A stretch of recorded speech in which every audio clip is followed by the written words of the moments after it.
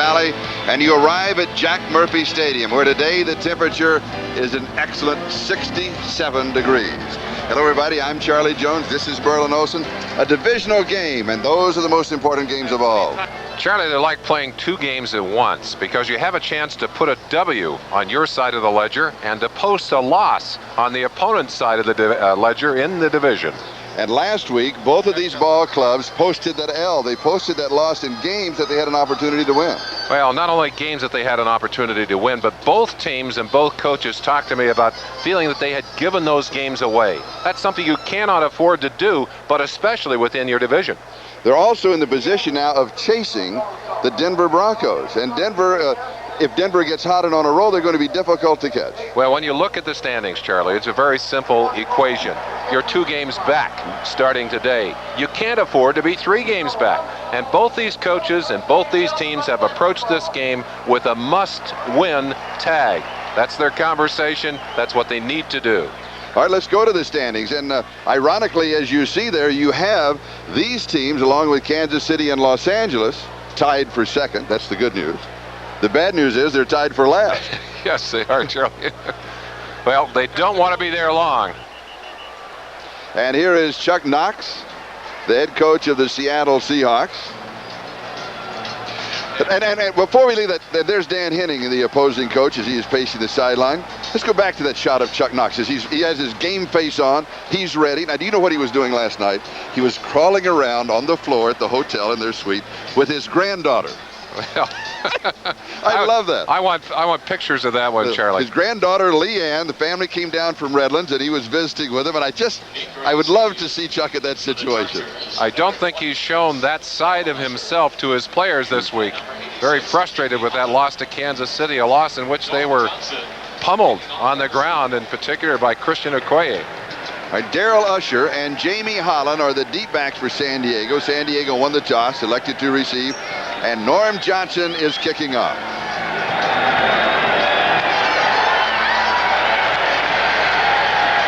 And Jamie Holland from the 1-yard line. And he is decked at the 17. And it is Joe Cade who really nailed him. San Diego's offense. Their offensive line, it is the biggest in the National Football League, averaging 6'5" and almost 300 pounds a man. Their backs and receivers, they all look to the quarterback, Jim McMahon, to give them a chance to win. When San Diego goes to a passing situation, the H-back, Joe Caravello, he becomes the tight end. The running back and the tight ends come out. Dana Brinson comes in at running back. Wayne Walker becomes the third wide receiver. San Diego first down from their own 17. Caravello showing some motion and comes back. And McMahon comes out throwing. And he drops this to the H-back, Caravello. And he goes to the 26. He has 9 on the play. And this is the Seattle defense. Now, they're starting with a 4-man line. That's to counter the running attack. And you saw McMahon started throwing. In passing situations, Alonzo Metz and Vernon Maxwell will come out. And Paul Moyer and James Jefferson join a secondary that is just on the verge of coming together. Charlie, second down, less than a yard. Yeah. That's only the 3rd reception on the year for Caravello, so a bit of a surprise as they go to him on this first play. And here's Tim Spencer, and he picks up the first down as he goes to the 30-yard line, and Jeff Bryant makes the tackle. Were you surprised that they came out throwing? Not really. McMahon, if you give him his choice, he'd throw it almost every down. He loves to throw the football. But, and we've got a problem already. Joel Patton, number 78, hopping off the field, keeping his left leg up off the ground. There he is, getting some assistance, coming off the field. Let's see if we can see what happened to Patton, one of those huge offensive linemen that you talked about, Charlie. He gets one of his own players on the back of his legs right there. You saw one of his own players down on the back of his legs. Those big legs are just like little legs. You get that shot in the wrong place and they crumble. First down, they mark at the 29-yard line. Play action fake. McMahon goes deep, has Jamie Holland, and it is no good. A flag down at the 30-yard line of the Seahawks. The official along the sideline signaled the incompletion. The official inside of him threw the flag against Dwayne Harper.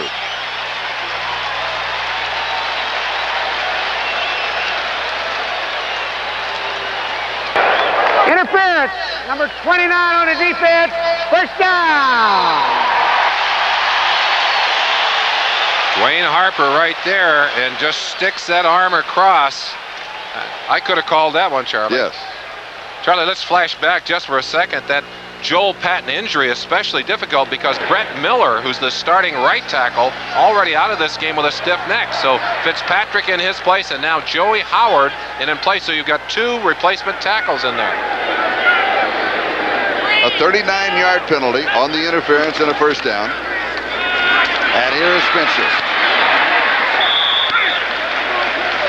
Gain of 5, second down and 5. David Wyman makes the tackle along with Jeff Bryant. The injury to Joel Patton, the same one that he suffered a couple of weeks ago. Well, I talked to him yesterday about his legs. I said, are they healthy? And he just smiled and looked away, actually looked up at the ceiling, because at this time in the year, a lot of people are nursing injuries, but the big linemen very often not allowed to feel sorry for themselves. They said, the bone's not sticking through, back in the ball game. Second and 5.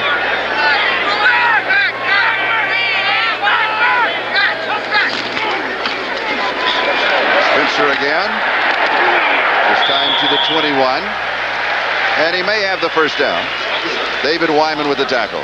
Getting great sound off that field. You can hear good football games. You got a feel for the popping there. Spencer coming off a very big weekend last weekend. Carried the ball a great deal against the Denver Broncos. In fact, he had 15 carries for 78 yards. That's the most he'd ever carried the ball in the NFL. They're giving him the ball here again today. When you're playing, are you aware of the sounds? You're aware of the pain, Charlie. You can feel those pops, but I think we hear them and also feel them a little bit from up here when we get the good sound on them. Cavello in motion. Good play action fake. Wide open left side is Anthony Miller. 12-yard line.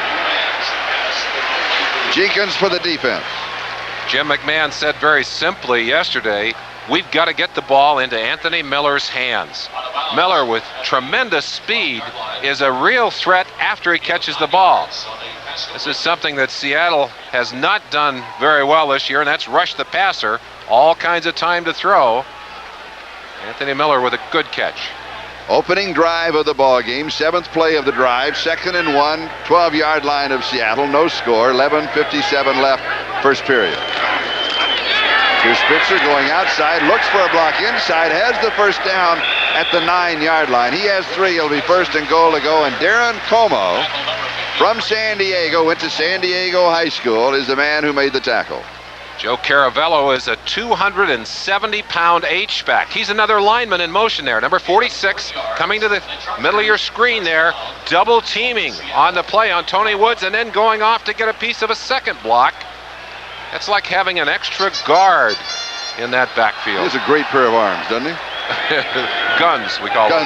Call those guns, Charlie. He's the NFL wrist wrestling champion, 2 years in a row. First down, goal to go. Spencer looks for the hole, slips as he makes his cut, still manages to get to the 7-yard line. Eugene Robinson, the free safety, was the man who was putting the pressure on him. I talked to down. Tom Catlin, Charlie, about the last few weeks, and he's been a little frustrated. They'd done some gambling early in the season, in particular against the Cardinals, the Phoenix Cardinals. They got burned a little bit. They went back to a more conservative style of defense, but he said, we're going to have to come out and throw some blitzes at them today. This is an area on the field where they love to do that. Second down, goal to go. You notice the visor that McMahon is now wearing. In zone, and it is incomplete, and a flag is down. Melvin Jenkins had the coverage.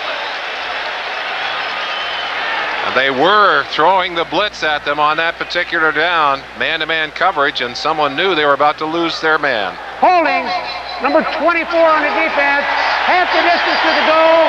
It's on Melvin Jenkins.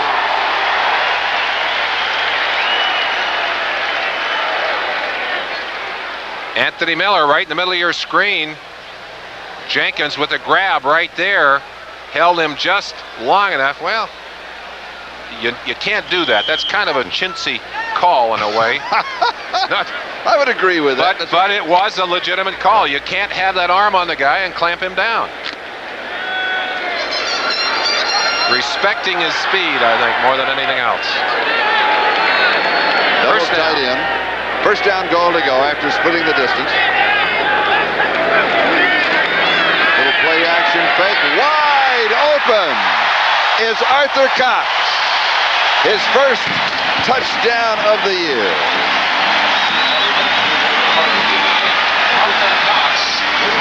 That's what a running game will do for you. It certainly will. You hammer, you force the team to respect it inside, and he just tossed the ball, especially to someone like Arthur Cox. Cox has only caught just a handful of passes, 7 passes for 64 yards on the year. He was certainly wide open for that one. McMahon to Cox, 3 yards. Here's Chris Barr out of the hold of David Archer with the extra point attempt. Gannon the snapper. And it is right down the middle. And San Diego takes the early lead 7-0. Merlin? Charlie, we were looking at the smiling face of Arthur Cox, and you'll get a chance to see how open he is as he breaks loose. Let's turn him loose. Caravello moving across the picture to your right. Cox, left-hand side of your picture, number 88. He just slides through there. Looked like the linebacker fell down, Charlie. That's Maxwell, Vernon Maxwell, number 50, right there, falling on the ground. That was his responsibility to keep Cox on the line. He simply blew it. On the drive, Jim McMahon 3 of 3. And also on the drive, the Seattle Seahawks were assessed 43 yards in penalties. 43 of the 83 yards of the drive. Also, some lucky fan could win the grand prize. So now Chris Barr will be kicking off. It took almost 4.5 minutes. Elroy Harris and James Jefferson will be the return man. And Jefferson is the key man. He's number 26. Last week against Kansas City, the opening kickoff, 97 yards. Was that right?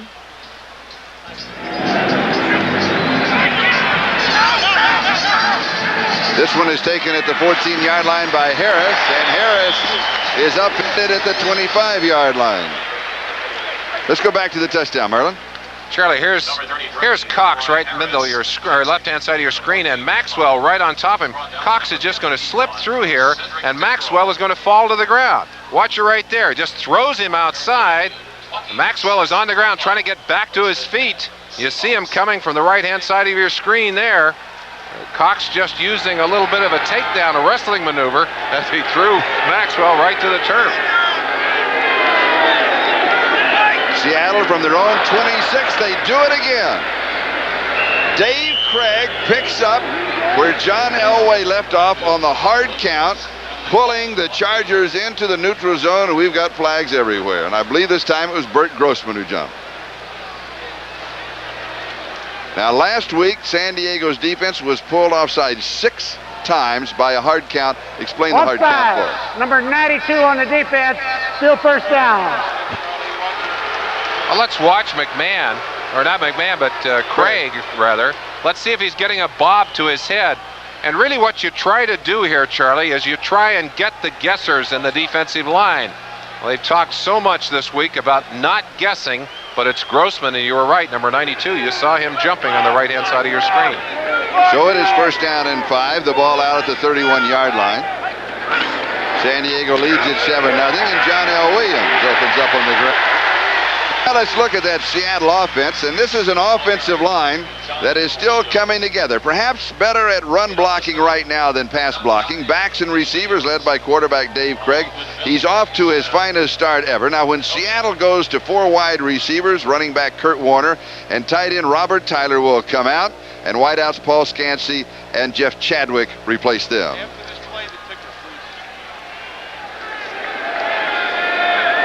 Second down.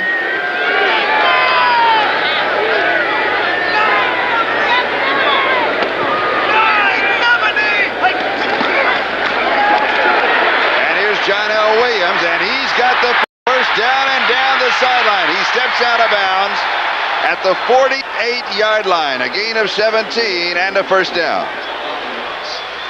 Big John L. Williams out of that fullback position, just getting himself to the outside, and it looked like the San Diego Chargers were expecting a play inside. Gary Plummer is simply no match for the speed of Big John L., who is surprisingly fast enough to run those halfback type plays to the outside as well as hammering up the middle. I think some of the defensive players around the league, when they start chasing him in the secondary, find out they really can't catch him as quickly as they thought that they would be able to. First down, Seattle at the 48. A little play action. Craig throws, drops it off underneath to John L. Williams, and he has 2 yards to the 50 at second down and 8. All right, let's see what's going on in the National Football League today. First with some finals. Houston defeats Chicago by 5. Miami over Cincinnati. Upsets continue. The Giants over Washington by 3. New England leading Atlanta by 2. That's the game still going on. San Francisco downing the Cowboys. Also in the fourth, Tampa Bay in front of Detroit, and the final Minnesota over Green Bay. And we'll bring you up to date in a moment on the other games that are starting now. Here's his comeback screen to John L. Williams, faking everybody to the right side, and John L. goes to the 26-yard line. A gain of 24, first down before Sam Seal can get him.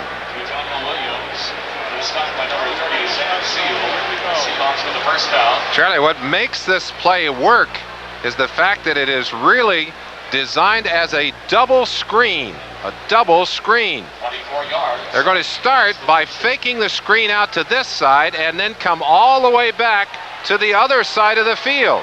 Right here. And the whole San Diego defense had responded to the first fake screen, leaving John L. out there all by himself. Seattle starting this drive at their own 26, now at the 26 of San Diego. And here's Robert Tyler, the Seahawks tight end. And he's at the 22-yard line, gain of 4, second down 6. Vincey Glenn with the tackle. Let's check on to our ticker and the other scores. Game starting with ours. Indianapolis-Denver, will be watching that one, no score. Kansas City early lead over the Raiders. No score at Phoenix, with the Eagles going against the Cardinals. Pittsburgh with a field goal over Cleveland. New Orleans with 6 over the Jets in the first quarter. And here it is San Diego 7, Seattle nothing, and we have just over 7 minutes left to go in the first period.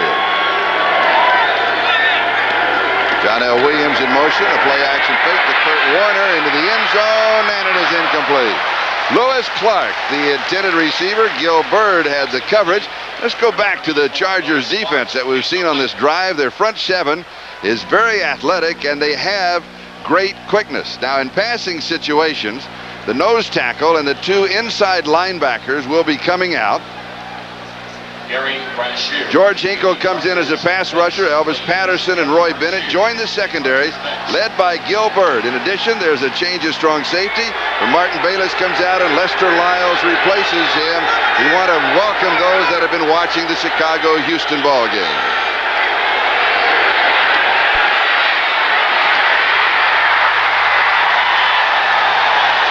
Jeff Chadwick has the reception for 19 yards. At the 3-yard line, it'll be first down and goal to go. One of the things that Chuck Knox respects most is experience.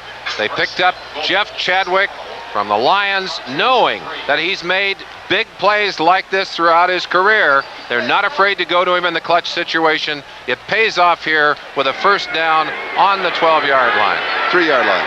3-yard line. First down and goal to go.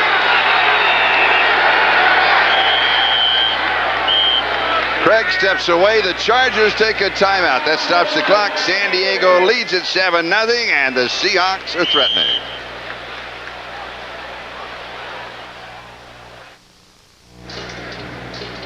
Six minutes and 15 seconds. That is the time remaining in the first quarter. San Diego leading Seattle 7-0. The Seahawks, in their first possession of the ball game, started this drive from their own 26-yard line, have now moved to the 3-yard line of San Diego, where it is first down and goal to go. Very impressive drive, and I like the play calling that kept this San Diego defense off balance all the way down the field. Travis McNeil and Robert Tyler, the 2 tight ends on the set. Kurt Kurt Warner. That is his first carry, and he has a yard to the 2. Equaling his total for last week's game against the Kansas City Chiefs. I asked him before the game, I said, Kurt, when you have a game like that, do you spend much time worrying about it? He said very simply, he said, I don't care whether it's 1 yard or 101 or 110, you got to put last week's game behind you. But he said it with a pained look in his eyes. I know. As he was looking back to last week. You bet. He's looking to get better yardage here today. A lot better. Over the top. No. But bit back. Yes. Now, one official on the far side said yes. One official said the ball broke the plane coming down from the far side. And it is a touchdown for Kurt Warner.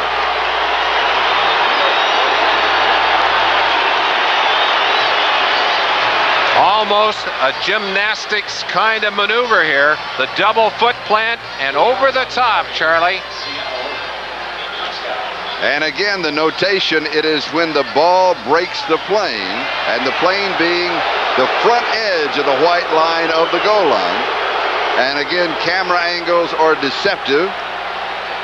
Well, and now, this crowd is certain that they didn't score. I don't know. We'll look at another angle. Perhaps we can help. This one will not tell you where that goal line is. You can see the plant right there. Based on review by the replay official, it is not a touchdown. It'll be 3rd down on the 1 yard line. Well, Charlie, I tend to agree with that, but I don't know how they could have seen that from the pictures we have looked at. It did not look like a touchdown to me. But and bit back. See, the ball came back in under, they said. But from that angle, Charlie, you almost have to guess where that body was in the air. Yes, you're right. So the ball marked. It is called officially the 1. Actually, it is only about 4 or 5 inches away. From a touchdown, we go to a critical 3rd down. Warner is airborne. They say no. It'll be 4th down. You make the decision. Do you go for it? I say yes. Do you kick the field goal? What do you say? Well, if they can't get a touchdown starting on the 3 yard line down inside, they're making a huge concession to this San Diego defense. Warner, I think, planted and jumped too early. I think if he'd have taken another step forward before he jumped, look how far back he is right there. He jumps from almost the 3 yard line. And they are going, Charlie. Here it is. I think they have to do it. Craig throws and he overthrows. Tyler was open. There's a flag down.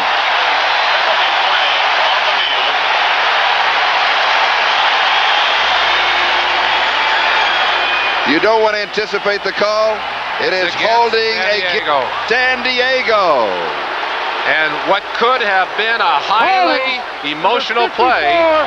Half the distance, 1st down. What could have been an emotional turnaround for the San Diego Charger defense blows up in their faces. Billy Ray Smith, 54, left-hand side of your screen. You just get a little glimpse of him there, but he does have a lock right there on Robert Tyler, and of course Tyler is the man they wanted to throw to. And so it is 1st down and goal to go, still about an inch away. And they still have to score, Charlie. Warner, this time he has it.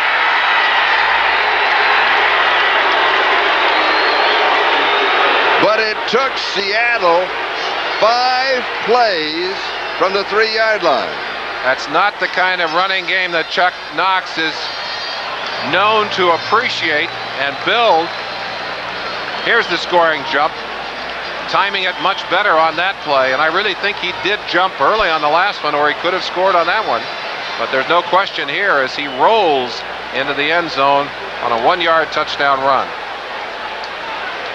And now here's Norm Johnson out of the hold of Jeff Kemp. Harper LaBelle is the snapper. No, it'll be Feasel snapping. And it is good, and we are tied. It is Seattle 7 and San Diego 7 with 5:50 left to go, 1st quarter.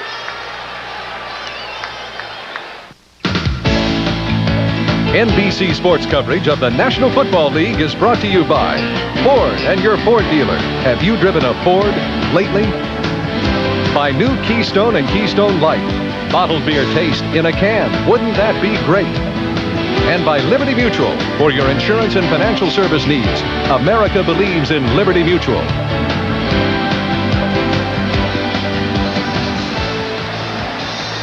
This is Charlie Jones, Merlin Olsen, now a tie ball game, as Norm Johnson will be kicking off to either Darrell Usher or Jamie Holland.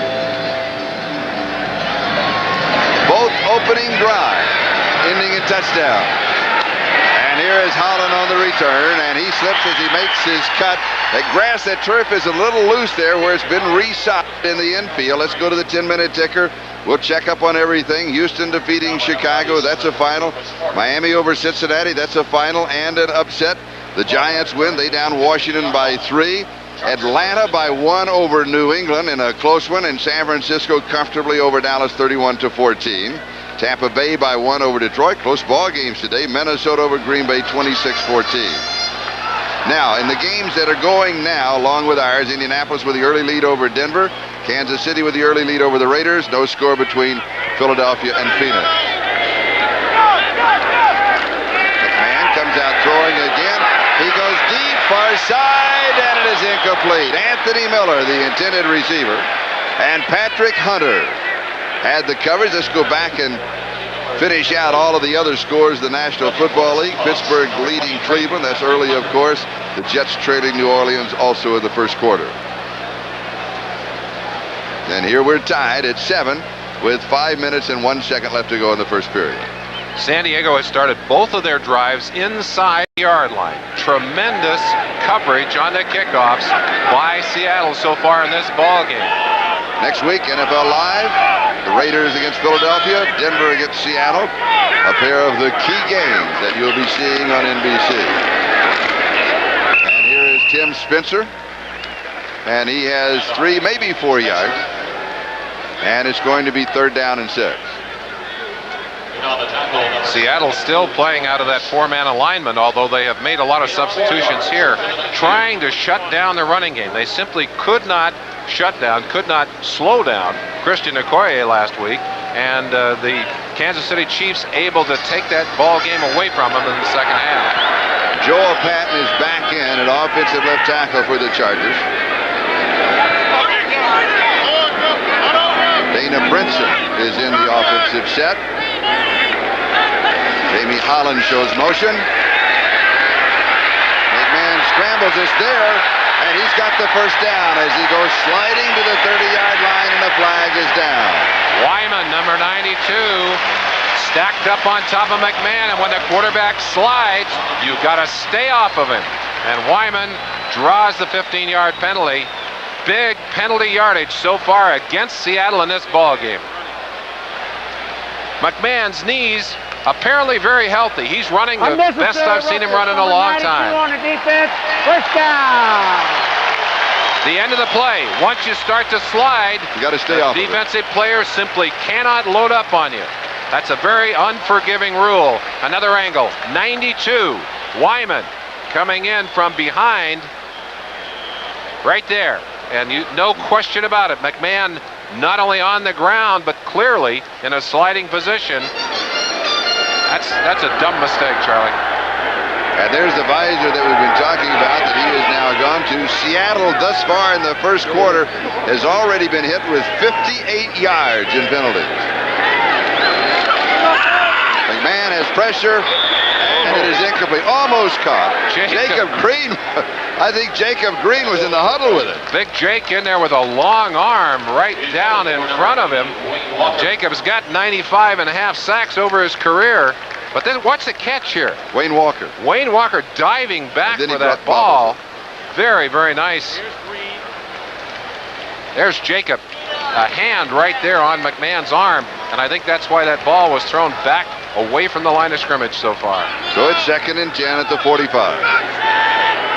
Ball game tied, 7-7, 3:43 left to go first quarter.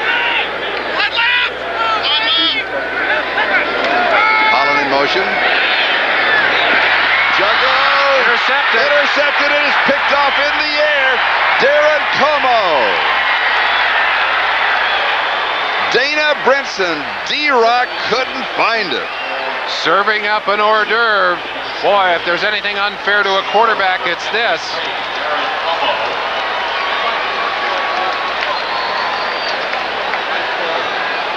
And there it is. Hey, that's all right. We just ran away and we came back to it. Brent juggled it. We'll take another look. Here's the play on the outside. Watch the bounce. 2, 3, There's no way you can 4. blame a quarterback for that. Good alert play. He bounced it by 4 Como. times.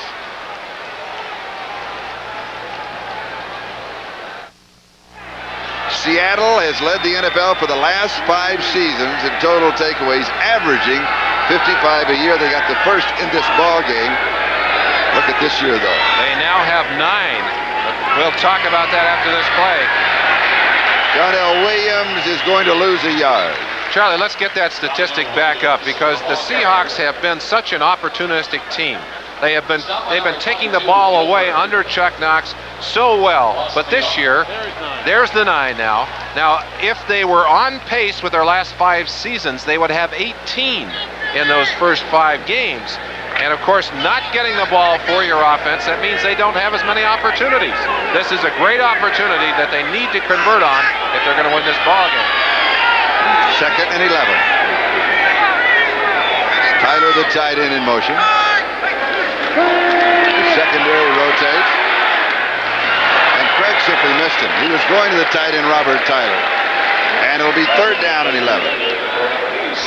The quarterback comparisons both started with a hot hand in their opening drives. Craig now 4 of 6, McMahon 3 of 6, and he had that interception that he did not deserve. He certainly didn't. There should be a little asterisk after that interception caused by Dana Brinson because that was not the quarterback's fault. But Charlie, the significant thing here, these quarterbacks, when they get started with a hot hand, usually stay hot. Seattle with 4 wide receivers. This is Scansey coming in motion and then reversing. And the pass is complete to Brian Blades, and he leans for the first down. He's going to get it by about half a yard. He was stopped by Gilbert and Vincey Glenn. Somebody blew the pattern here. Blades and Scansey right on top of each other at the end of this pattern. Normally, when they stack up like that, you're going to see an interception. Look at this. Scansey thinks that ball is to him, looks back over his shoulder as it goes right to Blades. Strange pattern. And when you think of 3rd down and you think of Seattle, you think of Scansey, number 82. 85% of his opportunities on 3rd down, he has picked up the first down. But Blades is the hot receiver since Largent went down with the elbow injury. Kurt Warner making a Kurt Warner move. And that is that sliding, gliding, and then the head fake inside, and he gets an extra step on Martin Bailey, makes the tackle. First Scansey and then Blake. Gain of 7 yards. Watch the way they get manhandled. Watch the 2 receivers. Ooh, boy, there's obviously been some conversation about we're not letting the receivers off unscathed. You saw Scansey out here on the other side of the field. Sammy Seals working on Blades. Well, or Blades working on Sammy Seal. A little bit more than the 1 chuck in 5 yards, though, isn't it? 2nd and 3. Warner is shut off, and he is shut down by Bert Grossman. It'll be 3rd down. The 10-minute ticker. Denver now in front of Indianapolis, 7-3. Kansas City leading the Raiders by a like score. No score between Philadelphia and Phoenix. Pittsburgh still leads Cleveland by 3. And the Saints over the Jets 6-0. And here with just over 50 seconds remaining in the first quarter, we are tied at 7. 3rd down and 4. Seattle with 4 wide receivers. A flag is down. Williams, the ball carrier, couldn't find an opening. He's short of the first down. Let's let them have a chance to sort it out. George Hinkle with the tackle. It's a motion call against Seattle. Well, now do you refuse the penalty and take the 4th down, or do you mark them back? Well, I think you refuse the penalty and make it 4th down, force them to kick the field goal. What do you think? I think I would, Charlie. Do we get a vote? But if you, You think Chuck will let us vote? Might be 1-1. If you move it, if you do move it back, that's a confident stroke for the defense. You're putting a lot of confidence in your defense. I tend to agree with you. I think you forced the long field Illegal goal here. motion. Number 86 on the offense. Still third down. You're going to take the penalty. Well, out of respect perhaps to the kicker, Norm Johnson. Bottom of your screen. Let's see what happens. Tyler, it has to keep coming inside. He's going forward. Yes. You're simply not allowed to do that. That's awfully close to being an illegal block, too, on Leslie O'Neal. You're not allowed to come in from the outside and contact those linebackers in the back. And look at the penalties that the Seahawks have garnered already, and we're still in the first quarter. Third down and 9. This one may backfire on San Diego. Oh, right through the hands of Paul Scansey, Mr. Third Down conversion. Ooh, Well, that and a came great very pass. close to being the kind of call that the coach said, why in the world did we ever refuse that penalty? This should have been a first down. And Scansey's normally reliable hands allow this ball to escape right there. I tell you, he's already knowing that he's going to dream about that one. From the 40, an attempt of 50 yards. Jeff Kemp holding, Grant Fiesel the snapper, and Norm Johnson the kicker to break the tie. Good snap, good hold. It's there. And Seattle leads for the first time. The Seahawks 10, the Chargers 7. Will be back with a kickoff. 4 seconds remaining in the first quarter. Seattle leading by 3, 10-7, and that means that Norm Johnson will be kicking off, with Darrell Usher on the far side and Jamie Holland on the near side as the two return men.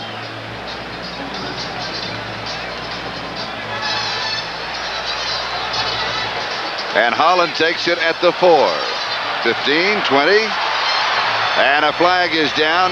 He may have caught a face mask as he made his spin move. Rufus Porter, outstanding special team player for the Seahawks, makes the tackle. Tremendous coverage, and it's going to go against San Diego, and they will, for the third time today, start their drive Illegal well block inside during their the 20. run back. Number 46 to the receivers will be 10 yards. First down. Joe Caravello. Quarter, ladies and gentlemen, of Seattle. And with that play, the first quarter comes to a close with the score: Seattle 10, San Diego 7.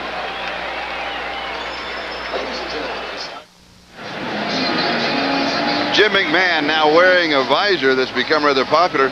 Interesting, there are 4 visors that are available. This one is a clear, and you have. I have the smoky for the bright days, Charlie. They like designer glasses. And then I have the amber for the cloudy Which is your days. favorite, Charlie? Well, I like it because it brightens everything up. Is that me? What do you like? I like looking through rose-colored glasses. Here we are, right? But these are they're designed basically to prevent eye injuries. Yes, And you're that is so supposed they to can't have a reason to wear them, not just to look good. But the other advantage you get if you're a quarterback, you put that smoky lens on. Very difficult for the defensive backs to see through at the quarterback's eyes.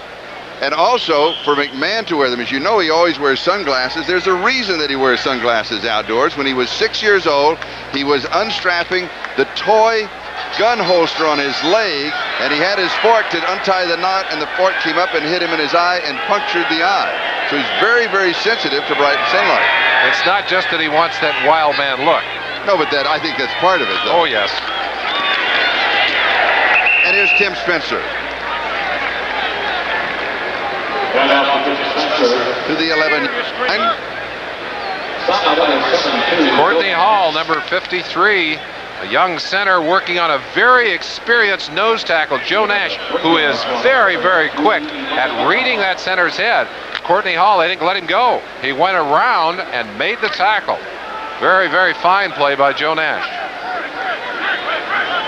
Second down and 7. San Diego with the ball on their own 11-yard line. Carvello in motion. McMahon to throw. Now he has pressure. He rolls out. And it's incomplete. Jamie Holland the intended receiver, but in reality, McMahon was out of time. He was throwing the ball away. It'll be 3rd down and 7.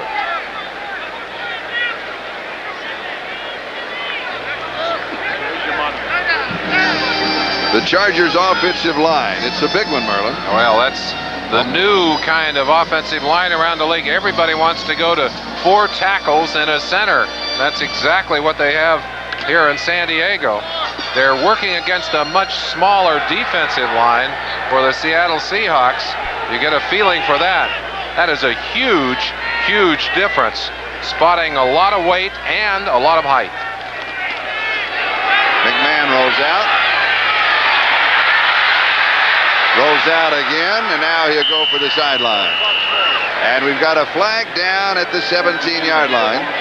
And also we have a cap down, which means that one of the players went out of bounds.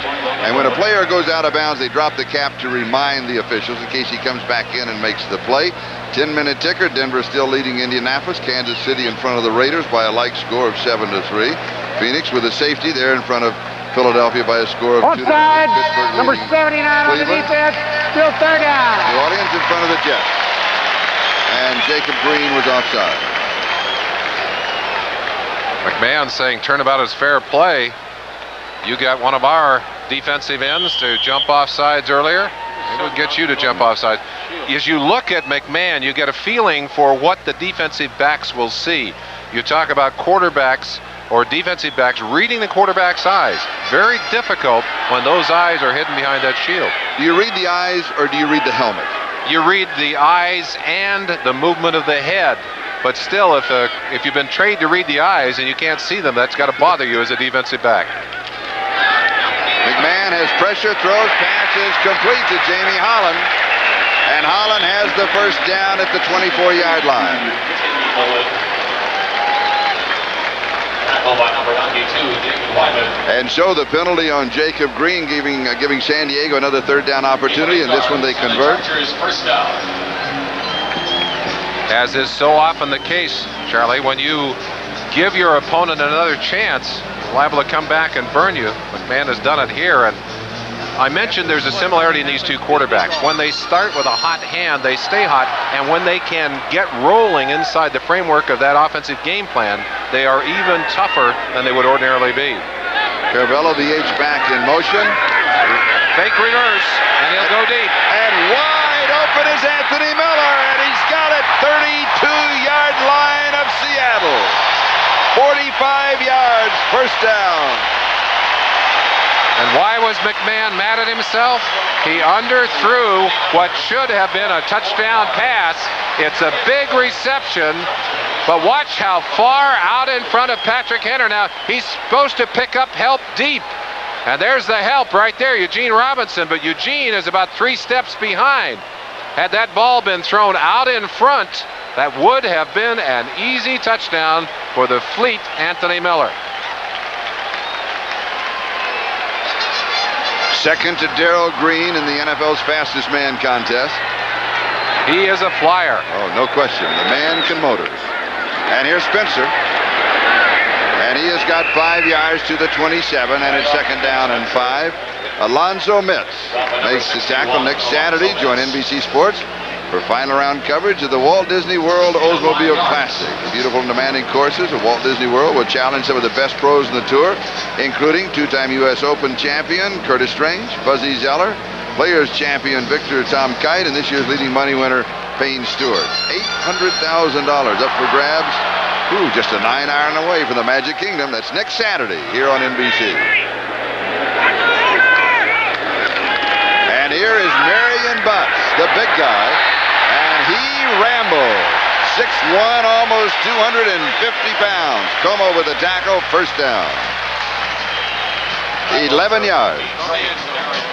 Watching from the end zone, Butts is going to run right over number 57, Tony Woods. You see him break to the outside. A chance right there for Woods to make a tackle, but you don't arm tackle a 250-pounder. And that's the kind of lesson that these Seahawks learned so well trying to tackle Christian Okoye last week. This linebacker also, or this running back also bigger than the linebackers. That's 2 weeks in a row. And he gets the call again. And off to Marion Butts. Marion Butts has scored 6 touchdowns this year. Number 92, David Wyman. Chance to look at the kind of pressure this very, very big offensive line is putting on a much smaller defensive line. And that's a pounding, punishing style of football they've run in the last part of this drive, trying to take advantage of that size advantage that we mentioned just moments ago. Seattle leading by 3, 10-7, second quarter. Caravello in motion. Play action. Coming back to this side to Caravello, the H-back, and he is down at the 11. He'll have a yard. It'll be 3rd down and 4. Eugene Robinson up into it. Caravello likes this game plan. He's getting a chance to catch the ball. Probably more than he's ever had in his career. Well, and you might wonder why. I talked to him about last week's game in which he did a lot of trapping inside. I said, will you do that this week? He said, no, they saw the films too. We'll be doing different things, and certainly they have, using him as a pass receiver, although he did not get very far on that particular play. Twice he's caught the ball here today. 3rd down and 4. And Butts slipped as he made his cut, and then he got up. But they may have blown it dead when he was down at the 11-yard line, and that'll be for no gain, and the kicking team is going to come on. In the area, sodded after baseball ended, and we've seen a number of people lose their feet at that end of the field today. Butts just the latest of a list of those. You'll see him coming, watch him dig right there, and the foot just goes out from underneath him. And again, that's the area that was sodded after baseball finished. It's taken pretty well, but it is still not as solid as the rest of the field. Now here's Chris Barr, perfect this year, but only 2 of 2, hitting from 37 and 39. This is from 29 yards away, and the tie. He's got it. We are tied for the 2nd time in the ball game. Seattle 10, San Diego 10. We'll be back with the kickoff.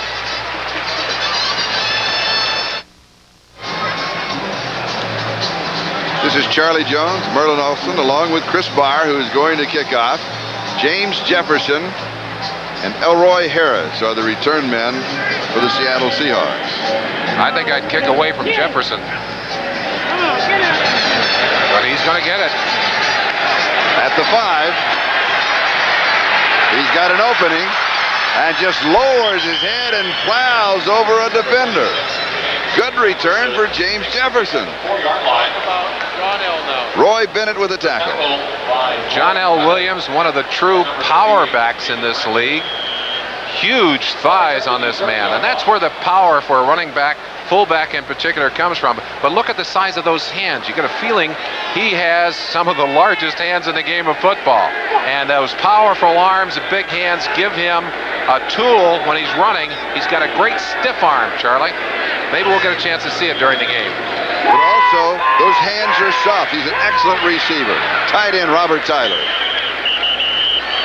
And he takes a swing at Figaro and hits him right in the face mask.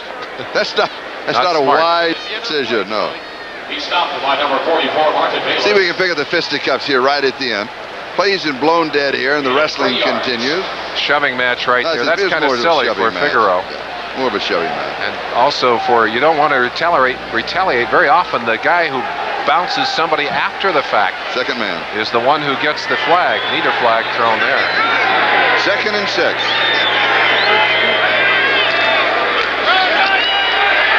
Kurt Warner, he'll lean for a yard, and that's all. 3rd down and 5. Figaro with the tackle. Let's check the 10-minute ticker. We're right on time with the scores. Denver leading Indianapolis. That score has not changed. Kansas City still leading the Raiders. Christian Okoye scored that touchdown. And Phoenix still has the safety over Philadelphia. Pittsburgh 3 over Cleveland. Jets trailing New Orleans. And here we are tied at 10-10 with 7:20 time remaining in the first half. 3rd down 5. 4 wide receivers. The defense says, where is number 82, Paul Scansey? And the throw is low to Lewis Clark. Stancy had come inside from the far side of the field, and he ran into coverage, and the pass is incomplete to Lewis Clark. So that means that Ruben Rodriguez will come in to kick. Elvis Patterson had the coverage for San Diego. This defense for San Diego, one thing they can do very effectively is blitz that quarterback and rush the quarterback. They had good heat on Craig on that play. He simply had to get the ball out of there and didn't have time to wait for another receiver to come open. And we have whistles from the umpire. He comes forward and steps over the ball. I think he's saying they're reviewing something. What would they be reviewing? They can only review the last play, and the pass was incomplete. I didn't think there was any question on it, and obviously they are taking another look. There he is. And now he sits back. It's his art. It's time to go, and this will be the first kick. Harper Lubell is the snapper, and he is a good one. And he'll fire that. Dana Brinson is the return man. And we have whistles here, and that may be a 30-second or 45-second violation. Chargers doing some jumping, trying to draw someone off sides, trying to get someone on that punt team to move. But Rusty Tillman has his punt team in a two-point stance, Charlie, so that they're allowed to move as long as they reset for the full second. I think what may have happened is the clocks may not have been reset. The 30-second clock may not have been reset. There's Rusty Tillman. Delay by the offense, still fourth down. Okay, they're going to penalize them anyway. I wonder if they, after whistling the play and stopping the play, the officials reset the clock. Charlie, I don't know if they did or not. I'm not sure. They did take a long time there, and it was the jumping by the San Diego defense. They're trying to adjust, and they'll probably do it again here.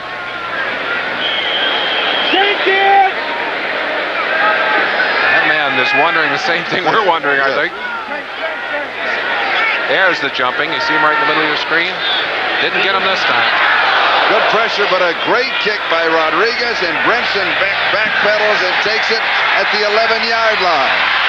And he's in trouble. Good coverage by Seattle. The special teams came through for the Seahawks.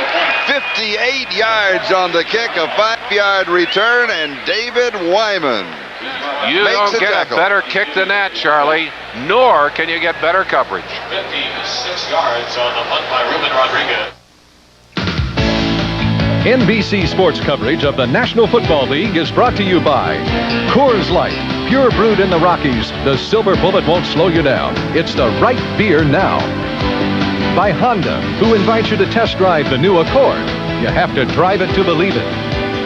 And by Zenith, the quality goes in before the name goes on.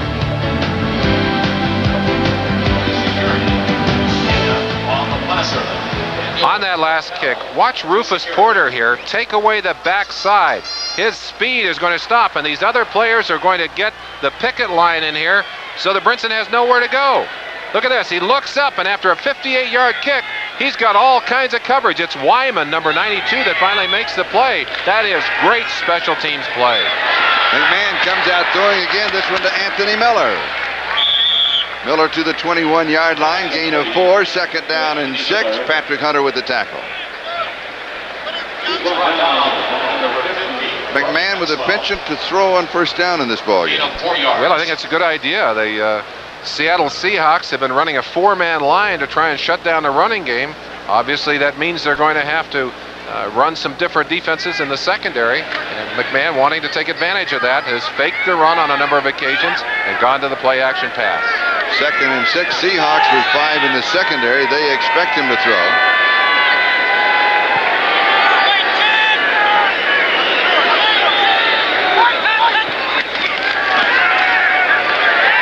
And the quick out to Jamie Holland. As Jamie is quickly out of bounds. Oh, he's greeted by a committee. Charlie, we talk about a 4-man line. In this particular situation, what we have, what do we have here? All right, let's just turn that one loose. You pulled a little trick on me there, Larry. Gave me a different look than I had ordinarily. But they'd gone from a 3-man to a 4-man look, but with a linebacker down. There's the one I was talking about. This guy right here on the right-hand side is Tony Woods, a linebacker, dropped down in the three-point stance. 3rd down and 2. Miller in motion. And Miller has it. He's got the first down. Almost to the 40-yard line. Gain of 15. David Wyman makes the tackle. A reminder to of yours, we'll be selecting the Budweiser Most Valuable Player for today's game at the conclusion of the game. Anthony Miller, that is his 4th reception of the ball game, and he has a total of 72 yards with just under 5.5 time remaining in the first half in a ball game that is tied at 10 between Seattle and San Diego.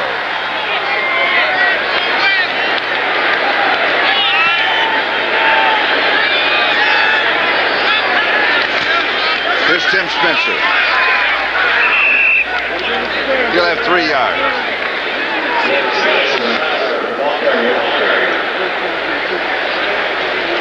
Tackle by number 53, Darren Como. Darren Como making the tackle. We mentioned earlier from San Diego High School. We asked him about last night when we talked with him, Merlin, how many friends, how many tickets did he have to get? He said, not bad. He said only 15. Oh, but he also said he had a friend who worked for the Chargers, and he was going to have him get the tickets because the Charger tickets were a lot better than the visiting players' tickets, which is true all over the league. They usually hide the visiting players' tickets behind a tree or somewhere. 2nd down. Play action fake. Double coverage as he goes deep, and it is incomplete to Anthony Miller. You know, you stated earlier that McMahon said he wanted to get Miller in the offense. He really meant that statement, didn't he? Very seriously. Wanted to get the ball deep, too. They're really trying to stretch out this Seattle secondary. They've been able to do it. They have completed a couple of long passes so far today. I asked Anthony Miller, I said, what's the fastest you've ever run? He said, I ran a 4.2 at Tennessee. I said, 4.2. I said, I don't think that was in football shoes. He said, oh yeah, football shoes. On grass or artificial turf? No, on artificial turf. But I said, you've almost got to have a friendly coach to time that one. But he is or a slow watch. Or a slow watch. He can run. He can run. 3rd down.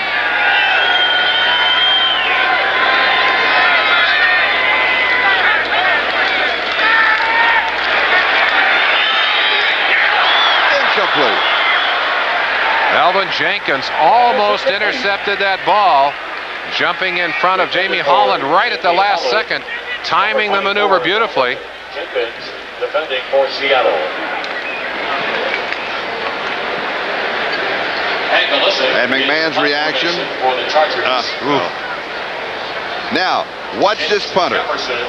This is Hank Alisic, and he is a punch kicker. Punch punter.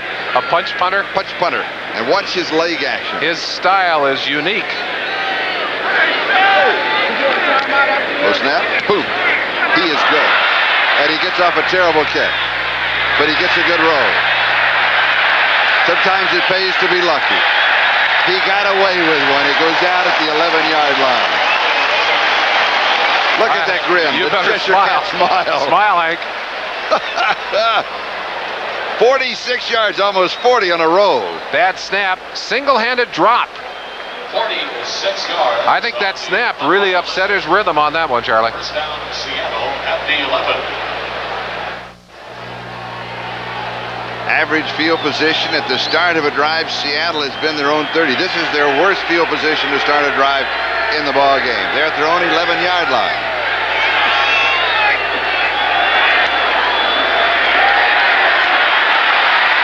John L. Williams. 14 yards. He can run, he can receive, and he can block. I asked John L. Williams, I said, John L., have you ever thought about being in a one-back offense? Because this San Diego offense, for example, would be perfect for the talents of a John L. Williams. He said, I have thought about it many times. But, of course, he's never had the opportunity. What a great talent he is. 4 rushes today and already 30 yards. Grossman with the tackle, first down at the 25. And here's Kurt Warner. Just a couple of yards to the 27. It'll be second down and 8. Gary Plummer with the tackle. Kurt Warner doesn't seem if he's running with the abandon of years past. Well, I think what's happened to Warner, the leg and ankle injuries have taken their toll on him. And when he came into this league, he made more people miss than any other back in the league, perhaps except Freeman McNeil. Now, unfortunately, his ability to avoid those tacklers is falling off. He doesn't have that great leg strength anymore. He's not making as many people miss these days. And so it compounds itself as the beatings continue. Craig, deep drop, drops himself underneath to John L. Williams. Good move. And he goes to the 40-yard line. A gain of 13 and the first down as Figueroa makes the tackle.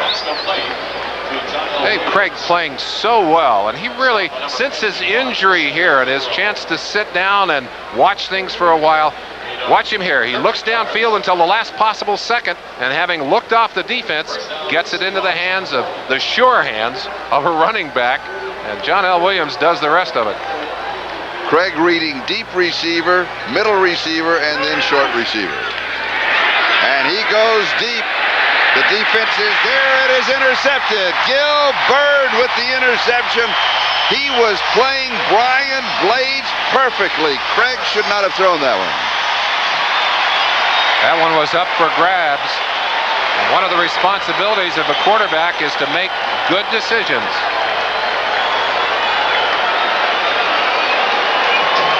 San Diego has the turnover. The Chargers will be moving on offense with 2 minutes to go in the half.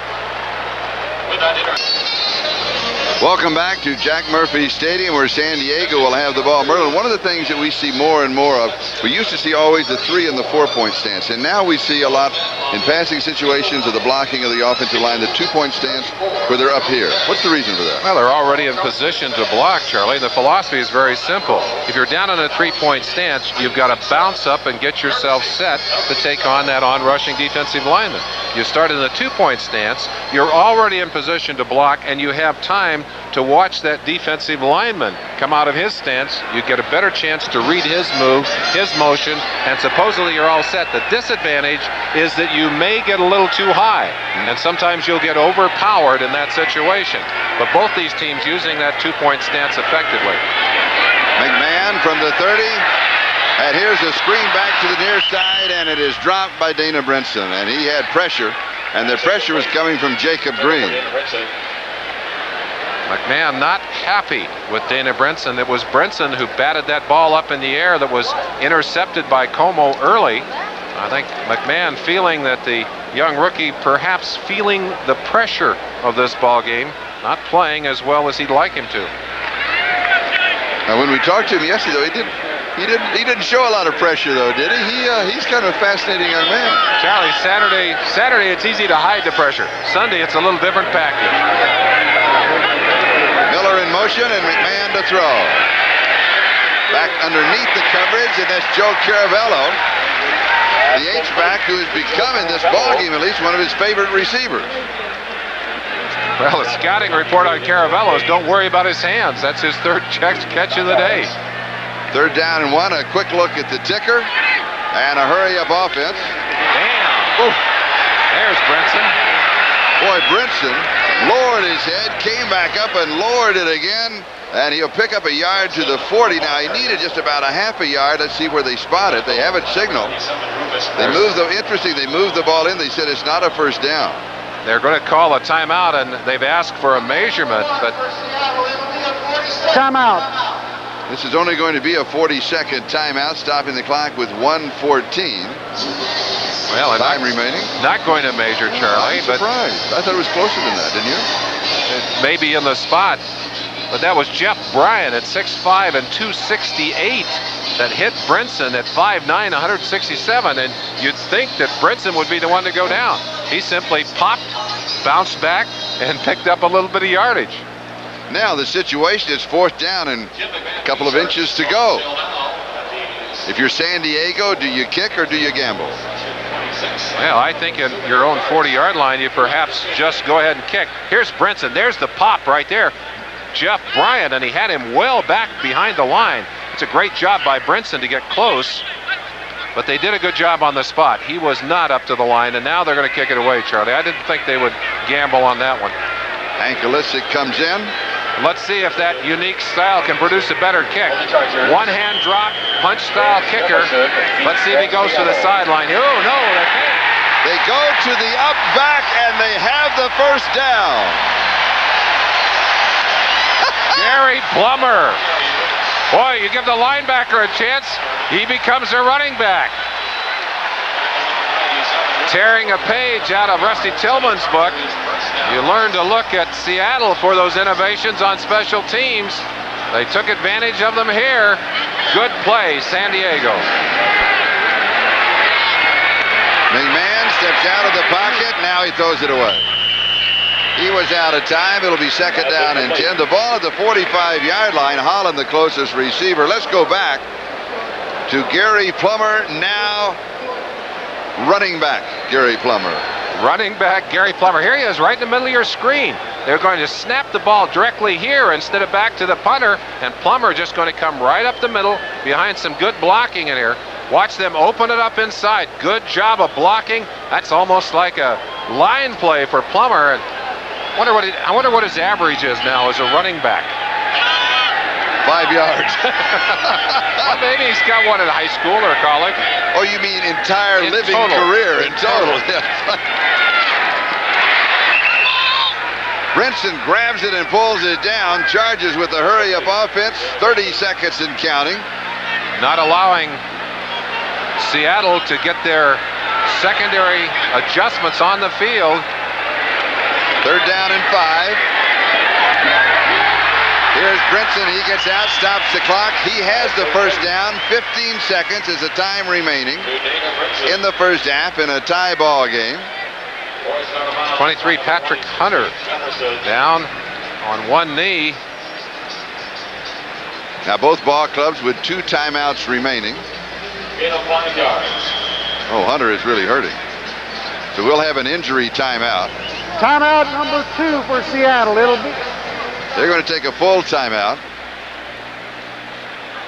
And they will have 1 timeout remaining. Be sure to stay with us at halftime for NFL Live Halftime. Bob Costas, O.J. Simpson, the scores and highlights and the story behind all of the numbers that we've been giving you, including Bo Jackson.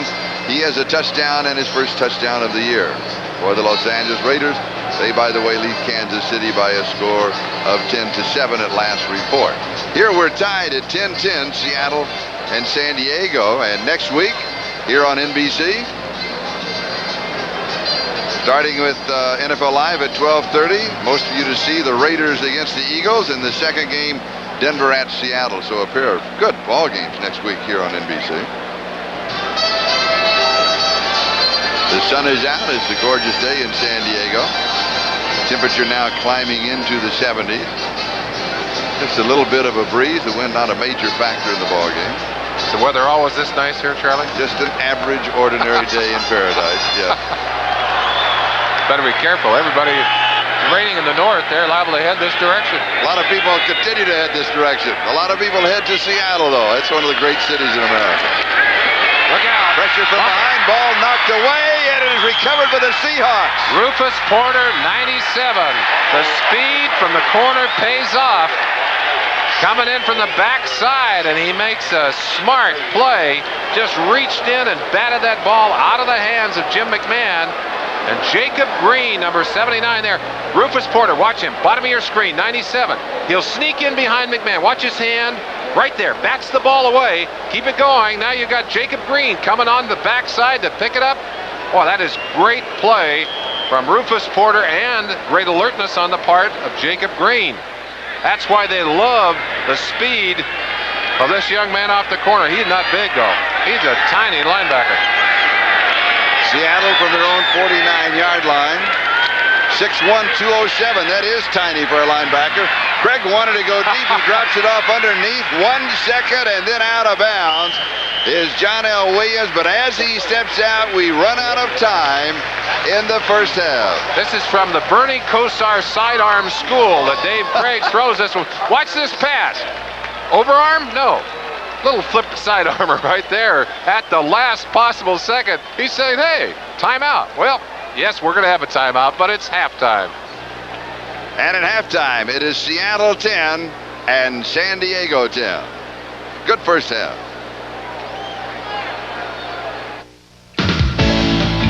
NBC Sports coverage of the National Football League is brought to you by Nissan, built for the human race. NFL halftime activities will continue after these messages from your local station.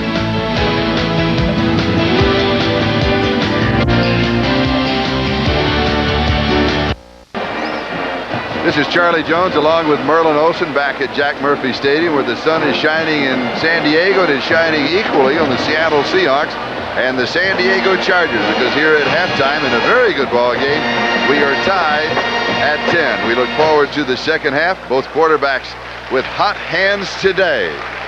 That being, of course, Dave Craig and Jim McMahon. Again, halftime. It is tied at 10. Seattle and San Diego. We'll be right back after these messages from your local station.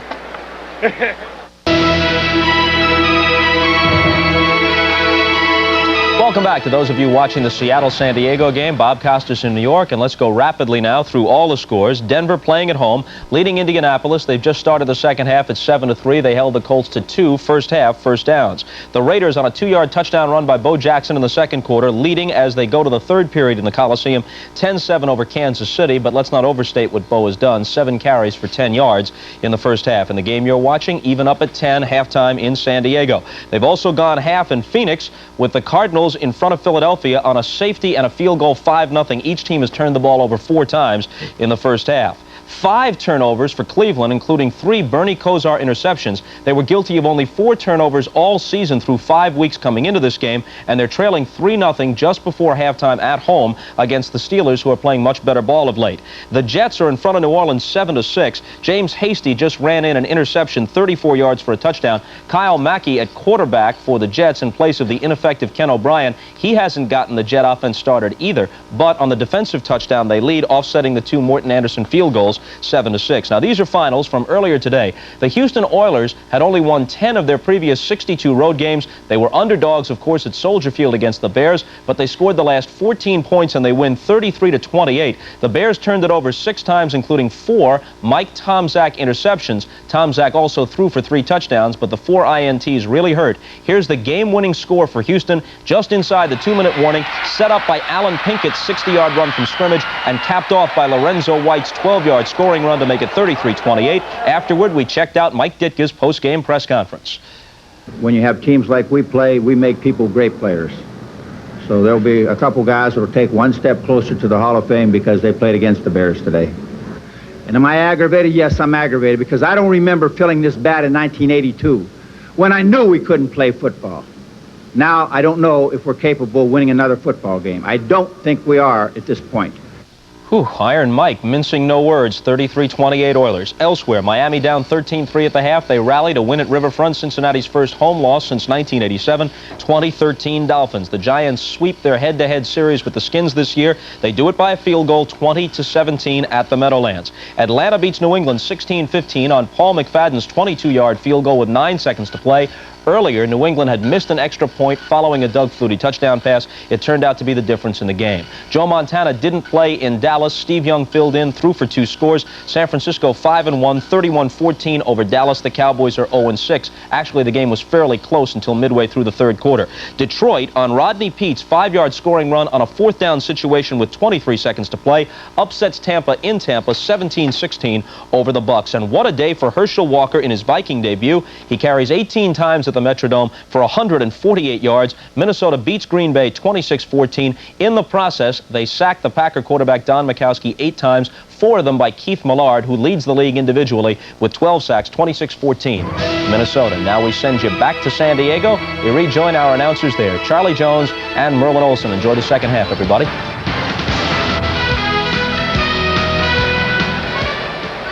Welcome back to Jack Murphy Stadium in San Diego. It's halftime, where the ball game is tied at 10-10.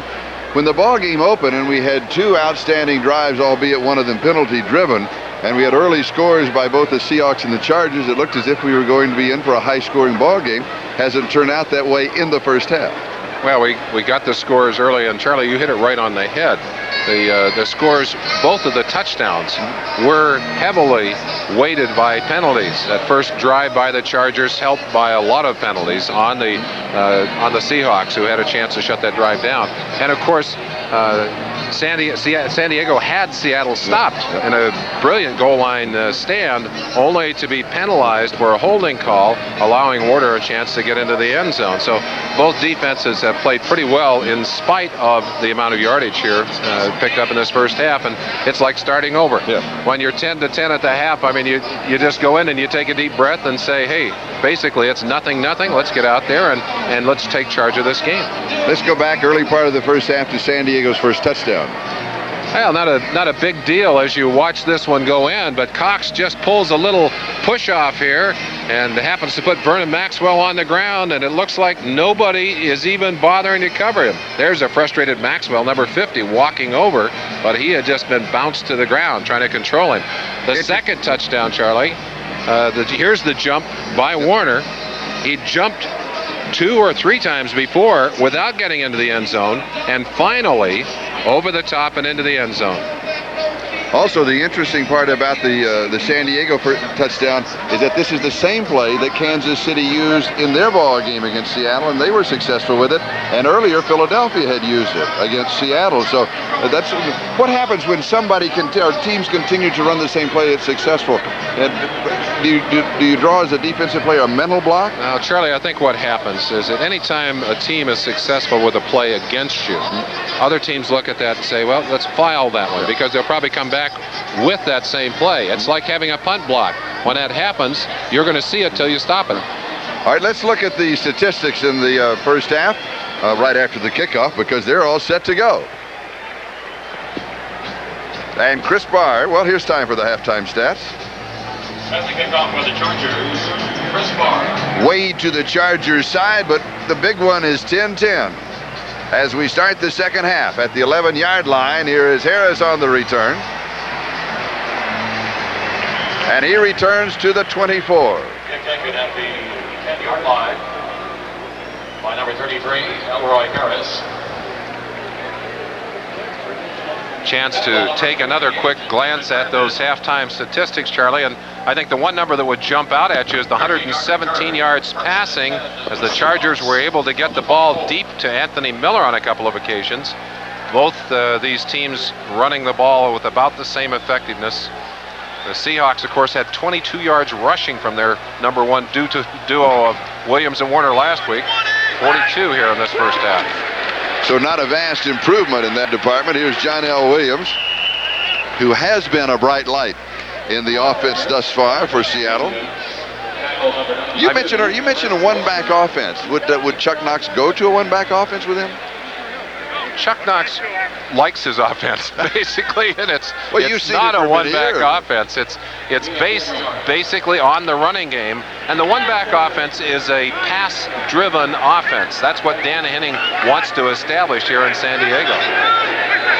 2nd and 6 at the 28, opening drive, second half, ball game tied at 10. And here is Kurt Warner with a couple of yards to the 30, and it's going to be 3rd down and 4. Lee Williams with the tackle. A stop by Lee Williams. I keep looking for Kurt to break one open.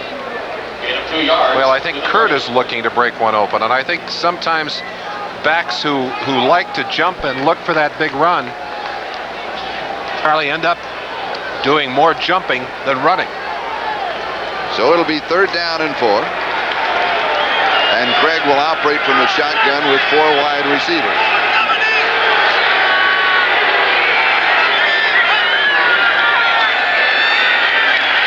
Looks right, has protection, completes the pass at the 39-yard line to Scansey, and he is dropped immediately by Lester Lyles, but it is a 1st down.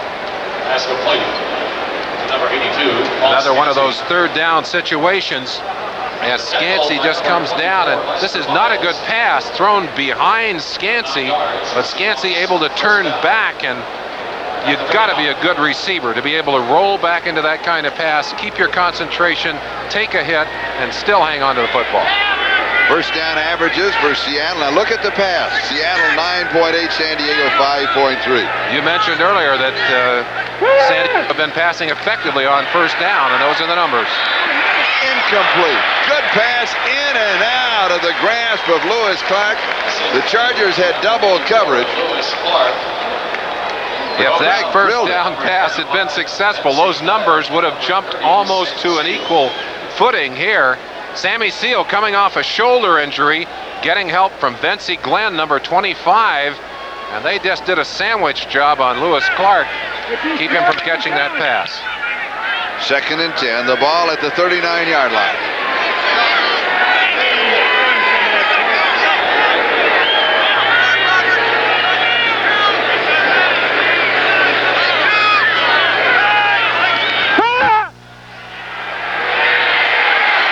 This one sails, but is caught as Blades goes up at the 42-yard line and pulls it down 19 yards, and he saved that one.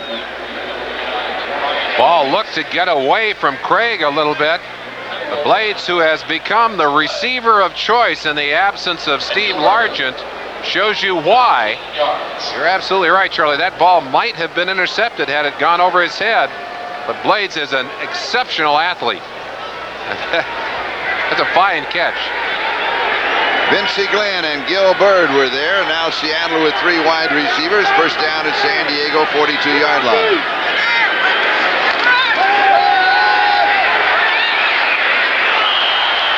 This is behind Scansey. Was that tipped? I think that ball was tipped. Yeah. Craig would not like you to say he threw that bad a pass. No, I didn't think that ball is nowhere near the receiver. See if we can see who tipped it. It might have been Bert Grossman, number 92. Yes, that's who tipped it right there. 92 Bert Grossman just reached up, and the young rookie who is starting to use some of that 4.75 speed, starting to utilize some of that great ability. He hasn't had the kind of start he wanted so far in this season. 2nd and 10.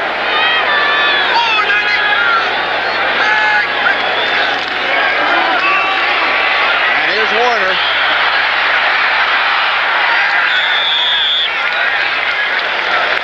And Warner goes out with his longest gain of the ball game. His previous long gain was 6 yards, and this was 9. Charlie, this play designed to come right up inside and to work on this combination here. But Warner just starts up inside, doesn't see it, so he breaks out to the outside. Watch it here now. Warner looks inside, gets a commitment by Joe Phillips to the other side with a good fake. And then using that quickness, and I said he's not as quick as he used to be, he's still quick. And Warner on the ball.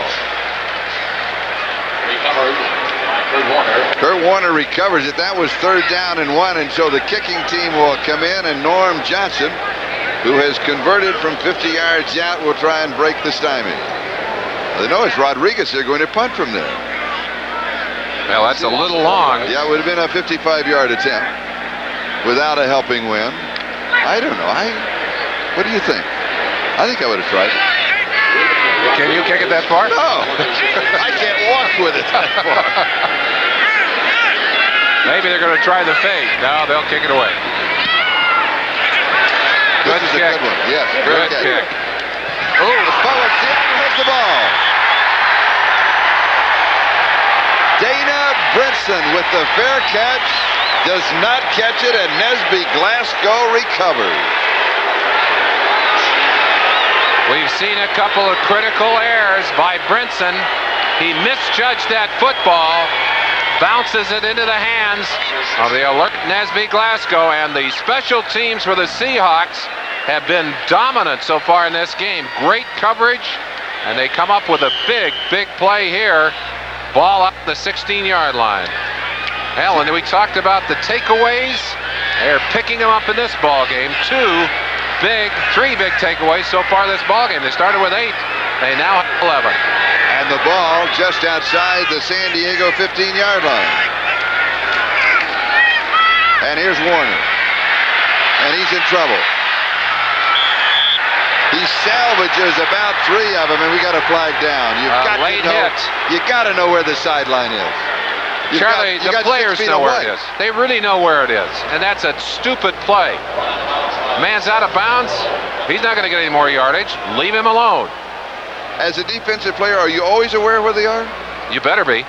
You better be. I was aware where that line was. I think there are some players who are less aware than others. Unnecessary roughness. Hit out of bounds. Half the distance to the goal. Number 51. First down. It's on Cedric Figueroa. Let's watch and see how far.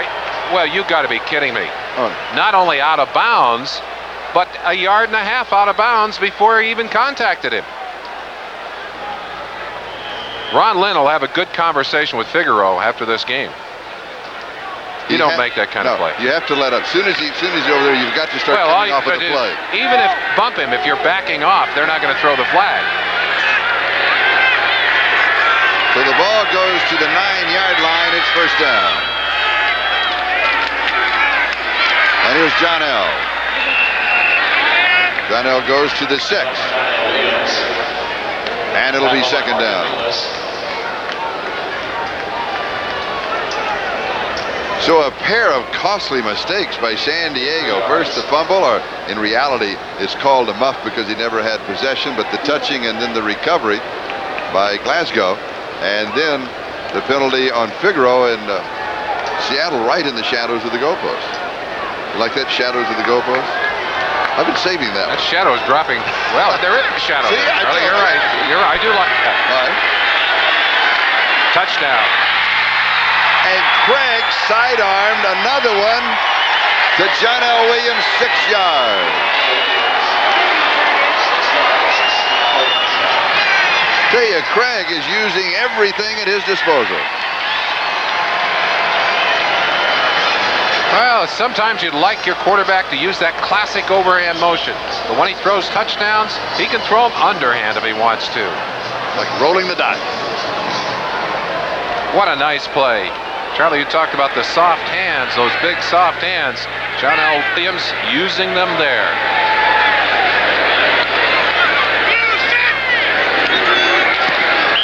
Norm Johnson adds the point after. Added is Seattle 17 and San Diego 10. And John L. Williams and his touchdown will take us to the break.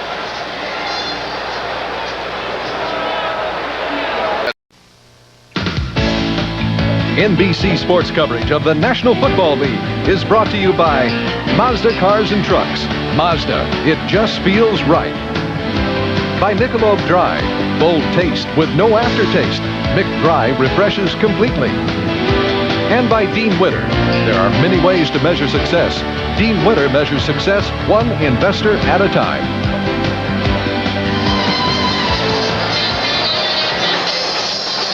Norm Johnson, who just added the point after, will be kicking off. Darrell Usher, number 26. Jamie Holland, number 86. Are the return men for San Diego. Oh, he sails this beauty. Holland downs into the end zone where the touchback will bring it out to the 20-yard line. San Diego now needs to regroup. A series of mistakes have been very costly. Well, again, they're starting deep in their own territory. The result of a fine kick by Norm Johnson, and McMahon looking at 80 yards of green. Had a couple of long drives so far in this game. They need to get one going here. They want to get back in the ball game.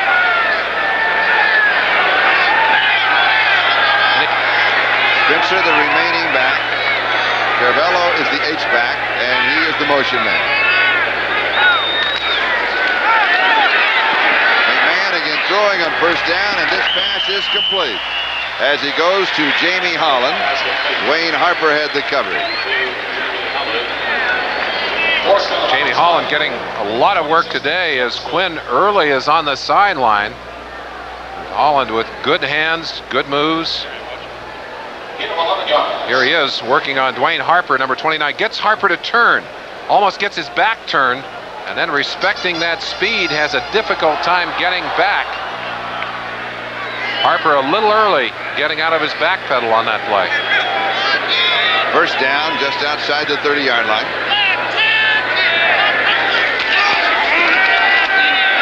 McMahon dumps it over the middle. This is Tim Spencer, back-to-back first downs. 11 yards to the 42. Darren Como with the tackle. I asked Jim McMahon if he likes this offense. He said, I like this kind of offense. It's a Pickett kind of offense. And McMahon has always been that kind of quarterback. He'll take whatever is available down there. He'll pick you by finding the open receiver. There's 43, right-hand side of your screen. And look how open he is as he finds the hole in that zone. Como comes in from the outside. You get a lot of help, but that's a little late coming. You need somebody there in time to bat that ball away.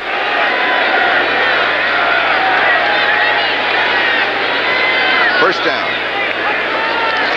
3 passes in a row. This is high and incomplete. Holland, the intended receiver. Patrick Hunter with the coverage. Receivers tend to come back and talk to a quarterback after this kind of play. He stretches him out. That ball gets away from him a little bit, goes high, and watch the shot right there as he is vulnerable. Takes a pop by Patrick Hunter, number 23. And Eugene Robinson catches him in the ribs coming across where he's wide open. We've got an injury timeout. 8:31, time remaining, third quarter. Seahawks lead by 7. We'll be back in a moment. 8:31, time remaining, third quarter. Seattle 17, San Diego 10. The Chargers had the ball at their own 42-yard line and second down. Jamie Holland, by the way, walked off the field. Apparently is all right. Will be back in the lineup, I'm sure. Wayne Walker in on this play. Novello in motion. Dana Brinson to the 48-yard line, gain of 6. It'll be third down and 4. Patrick Hunter makes the tackle. Courtney Hall, number 53, one of the youngest player in the NFL, using those good, strong hands to work on Jeff Bryant, number 77. And Hall, Charlie, that is such a difficult position. That center is the quarterback of that offensive line. He's got a lot of responsibilities before he even begins to do his job as a physical athlete, working on the man in front of him. And notice the tackles, the outside blockers in that two-man stance that Merlin talked about earlier. Sack. And Jacob Green gets the sack. Second sack of the ball game, Seattle. Green, who recovered that fumble earlier on that bat away by Porter, is going to come in from the left-hand side of your screen. Number 79, McMahon does not feel him coming from the backside, and that ball was loose momentarily as Green also trying to strip that ball away from McMahon. Hank Olisic will be kicking. This is his second punt. Third time he's been in punt formation. Remember when they went to the up back and he picked up the first down, that was Plummer. Not that good a kick. Taken end over end at the 20, out to the 30, the 35 is James Jefferson on the return. 36 yards on the kick, and half of that came back, 18 yards on the return. 7. Well, a Canadian kicker kicking to a Canadian kick returner. 50, Gary Plummer, 37 yards on the... Call in and give you a report for Scores Plus.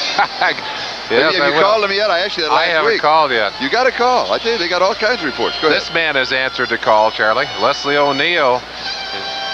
They're using him, the San Diego defense, using him much like Denver has used Carl Mecklenburg. We'll try and give you a feeling for the positions. He's at right end in a down position right now. Seattle first down, their own 37-yard line. They lead in the ball game by 7. Here's John L. Williams. And he'll pick up the first down. He's going to move to the 49-yard line. You had the feeling that Dave Craig was using the count again to get this San Diego offense off balance, and I've got a feeling O'Neal and Green. You'll see O'Neal leaning in. Watch him as he leans in as this play goes.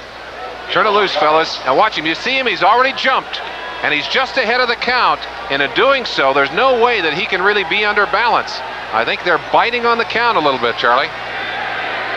They marked it at the 48-yard line, first down.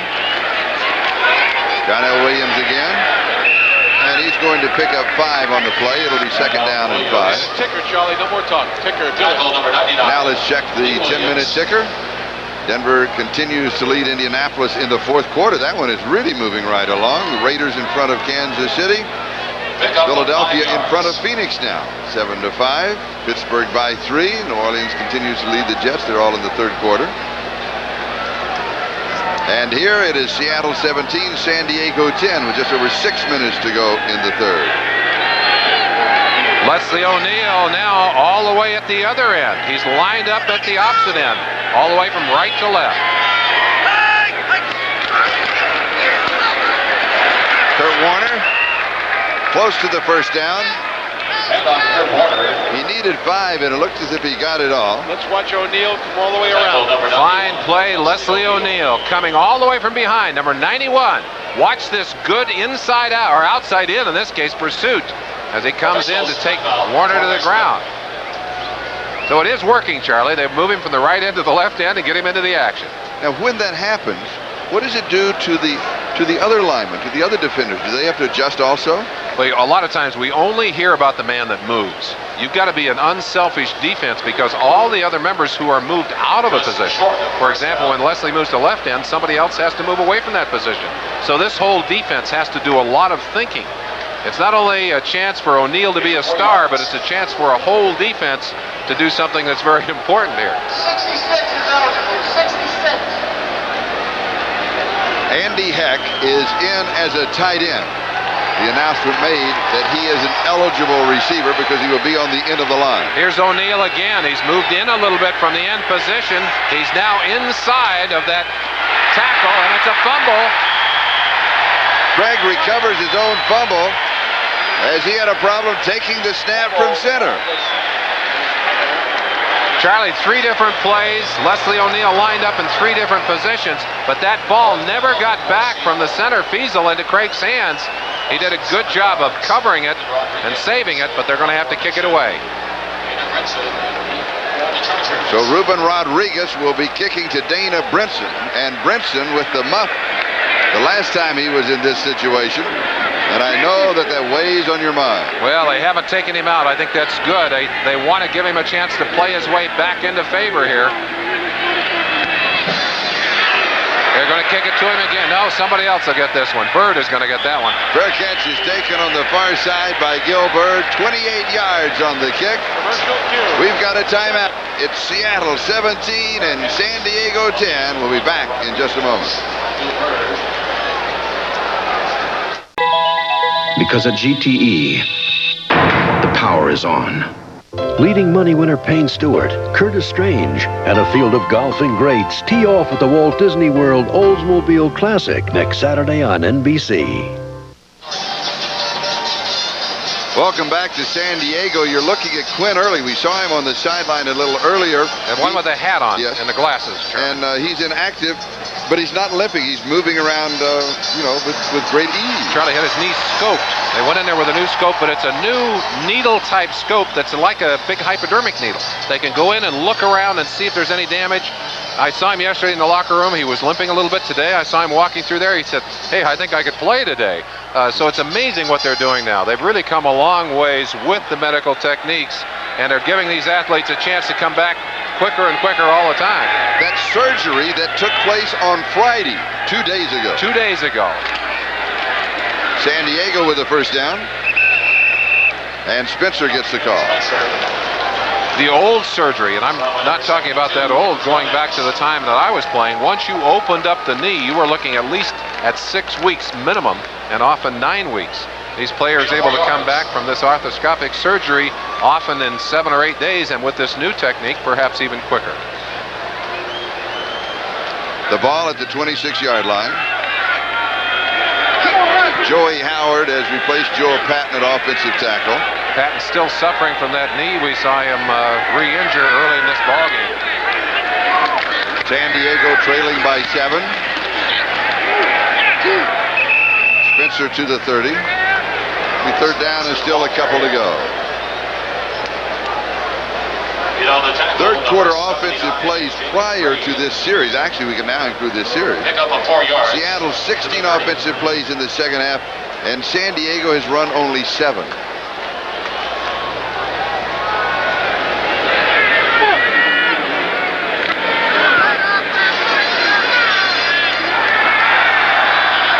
And removing on the 3.5-minute mark, time remaining in the third.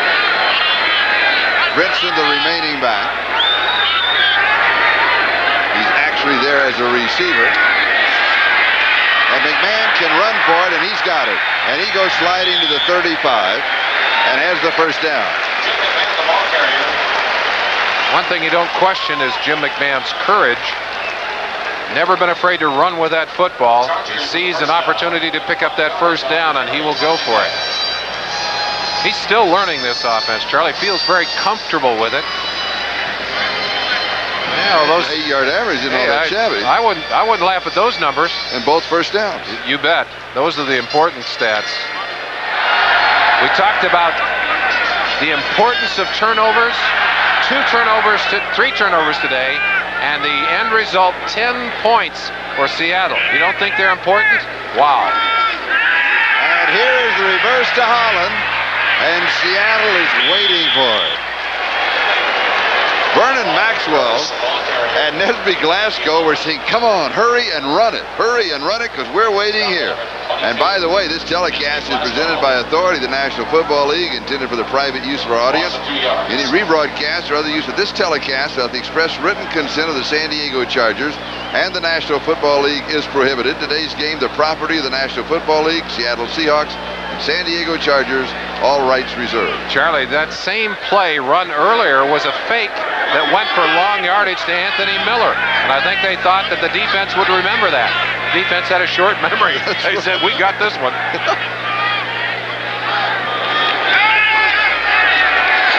McMahon over the middle to Caravello. And Caravello, that is his 4th reception of the game. He had 2 catches in the first 5 games. This must be a career-high game. In his entire career, though, in the National Football League, well, it's not that long. This is his 3rd year. But he has never scored a touchdown. I don't know. They're going to him more. He may get one this year before the season's over.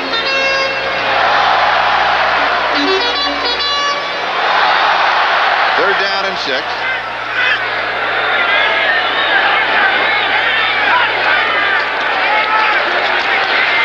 The man's in trouble. And a flag is thrown way downfield. Now, Brinson was the intended receiver, but there was a receiver past him. That was Anthony Miller, and he was about 10 yards further downfield. I think there was a holding call against Seattle's defense. They brought Anthony Miller across in motion, and as he cut upfield, looked like somebody grabbed him, Charlie. Holding, number 23 on the defense. First down. It's on Patrick Hunter.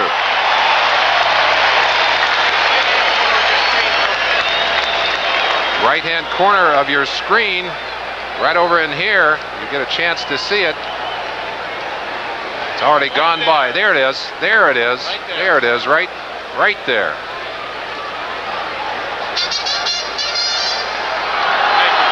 And so once again, the Seattle Seahawks are hurt by the penalty. And San Diego's the first down. That was 3rd down and 6. San Diego would have been forced to kick. Fake on the reverse. This one does hold everybody in. The pass is complete to Marion Butts. Now, one thing to file away is way on the far side is Jamie Holland, who was the reverse man, this time the fake man, and nobody picked him up. Oh, he was open. I mean, he was like open by 30 yards. Jamie Holland waving his arms over there, but McMahon had wanted to get downfield to Anthony Miller again. Wanted to go for the deep strike. When he couldn't find it, came back to the next receiver that he had in sight. Short gain, 2nd and 8.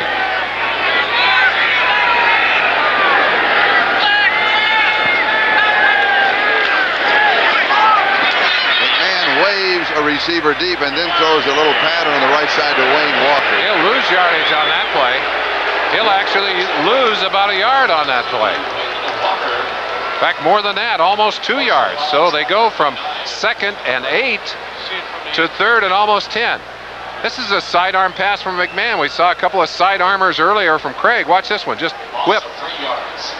That's the kind of ball you ought to let go. It costs you yardage. So it's 3rd down and 10.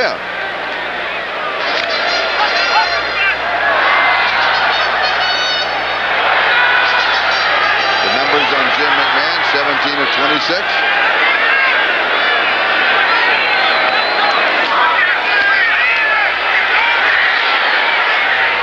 Yes. First down. Anthony Miller and James Jefferson was the nearest Seahawk. He needed 10, he got 12. I asked Dwayne Harper about covering the speed of Anthony Miller. And I said, do you give him extra room? He said, you can't really give him too much room, but you saw the slip right there.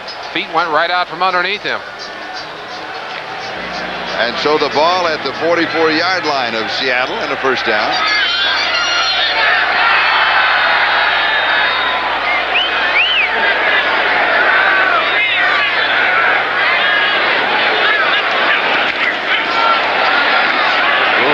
Marion Butts, 2 yards to the 42. It'll be second down and 8 as the third quarter comes to a close. Seattle leads it 17-10. The official numbers through the first 3 quarters in Merlin, it's a toss-up. They're very even. Well, the big number that we don't see there is the 3 turnovers. Yeah. And that's the one that has provided the difference in this game. San Diego has the ball, and they trail Seattle. The Seahawks lead it 17-10. And there's the turnovers, 3-1, and Seattle has taken advantage. And of course, the one ball that Seattle turned over did not result in a score, but McMahon can get it in here. It's tied. He wants it. And goes deep, and is incomplete. Anthony Miller, the intended receiver, he wanted the flag, but Dwayne Harper had excellent coverage on him, and Eugene Robinson was there with him. We've seen them break the patterns off short on Harper. Now Miller just breaks it deep, and there is some bumping going on there. But there's a key. There's a key. If we can look at the end of that again, notice the head of Dwayne Harper. He's looking back at the ball. And as long as he looks back at the ball, long as both heads are looking back at the ball, the officials are not going to call that as interference because there's an equal right to the ball. In reality, you're both receivers at that point. Charlie, that's the rule, and you're right. I think that's what they were looking at there, but you got to be very careful. Oh, yes. If you knock him off, they may still call it. Third down and a great reception as Brinson goes up to pull it down. Jefferson had the coverage. And now let's go to Bob Costas in New York, NFL Live, and an update. Bob?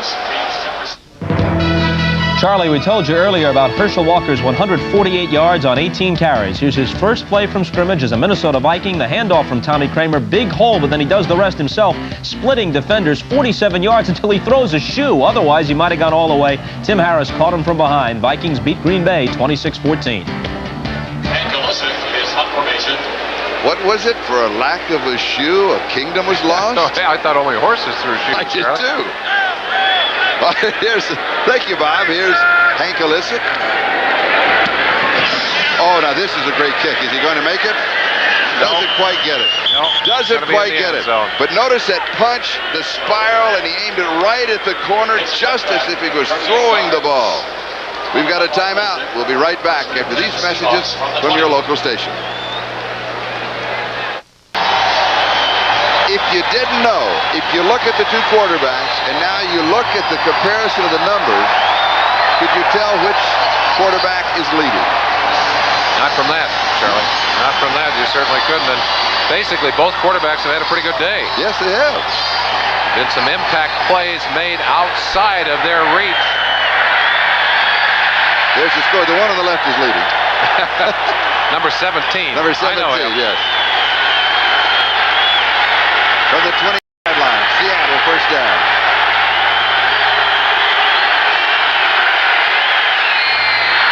Ooh. The ball, was it Blades with the reception? Was it tipped or just almost tipped on the far side by Martin Bayless? Bayless had his hands on that ball, and I was just about to say, Charlie, that this San Diego defense is saying, hey, they've got 10 points that they picked up off the turnovers. Why can't we do the same? The ball going out to the 27-yard line. You can see Bayless almost read the ball. Number 44, Bayless, right here. Look at this. Just gets a touch on that ball. Well, we've seen Blades make some really great catches today. He has amazing concentration.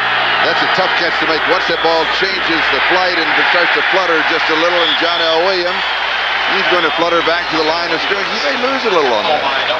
Leslie O'Neal. Gary Plummer. Yes, Leslie O'Neal there. If nothing happens, the full cigarette for the next play. You like to get those big backs running sideways. That's what they were able to do to John L. Williams on that play. Get him turned to the sideline. Then he can't use all that power on you. 3rd down and 3. 3rd down and 3, 4 wide receivers. Now they run the option here. The 2 inside receivers will go about 5 yards and either go inside or outside depending upon what the defense does. Now they overload the right side and they have a man open, wide open. That's Scansey. That's like a long handoff in reality. It's not that the type of play you can pass play and that they should run. No, it's like a long handoff. Very conservative, and it works.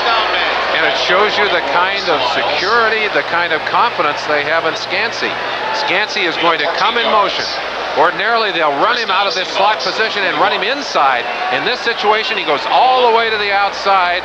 There's no one home for the defense.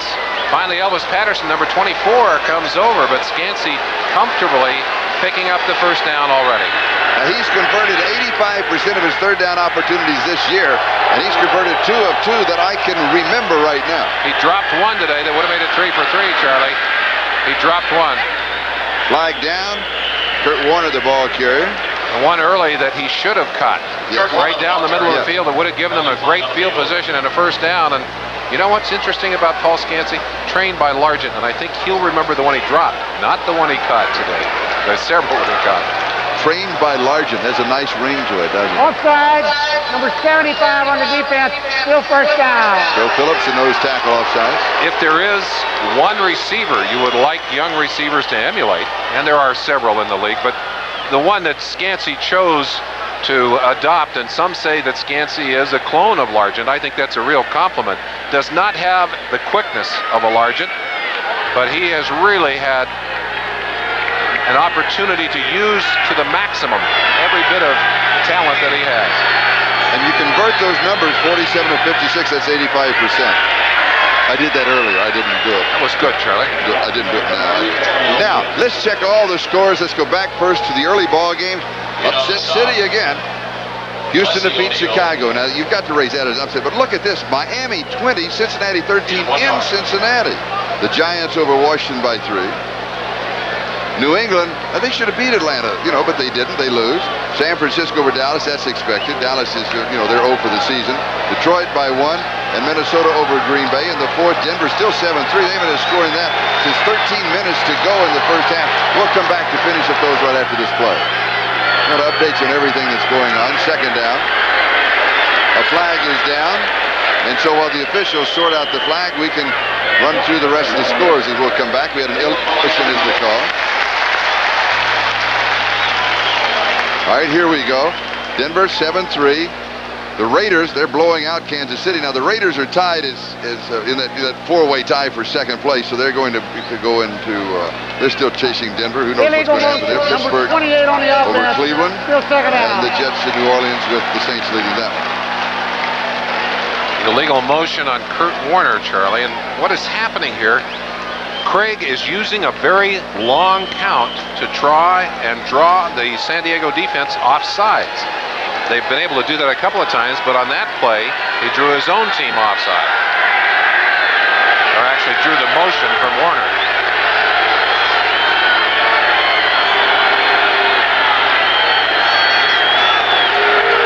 Second and 8. All the time in the world. Intercepted. Vince Glenn.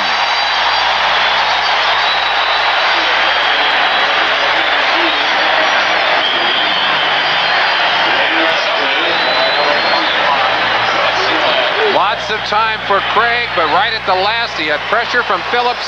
He fires an ill-advised pass, the 2nd time today that he's thrown into the heart of the coverage and been intercepted. San Diego with the ball. They trail by 7.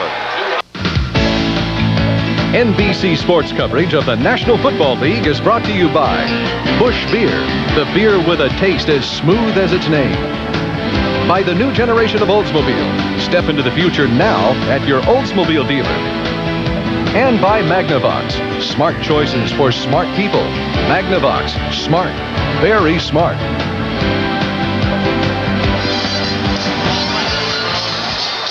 From the beauty of that shot to an ugly shot if you're a Seattle Seahawk fan, as Dave Craig throws right into the coverage. Vincey Glenn waiting on that ball. A bad decision, but Craig said they run some strange coverages. And I have to think that maybe that was one of those strange coverages. He saw one thing, and it was something entirely different. Play action fake. McMahon goes deep to Miller, and it is intercepted in return. This is Eugene Robinson. Back-to-back interceptions. This one a one-hand grab, and the Seahawks have the ball. 19 yards on the return. Joey Howard with the tackle. Back-to-back interceptions. This one looks like he's got some stickum on that big hand. They're trying to get the ball deep again to the speedster, but watch number 41, Eugene Robinson. Great anticipation. Watch this. One hand and sucks that ball in and then gets up and gets some running. McMahon is going to come in right at the end of this play. Well, Watch McMahon. He got his big straps up. here he is. He says, hey, I can't unhook yet. I'm still a part of the game. Put that chin strap back on and headed back into the action. Kurt Warner. Charlie, just a final aside, we talked to Eugene Robinson yesterday, and of course Robinson replaced by Johnny Johnson for a short time earlier in the season, and he felt that it was his anticipation, ball anticipation and aggressiveness that got him back into the lineup. Well, that has certainly paid off for this Seattle defense here today. Second down and 6. Fourth turnover of the day. Fourth turnover. Second and 5.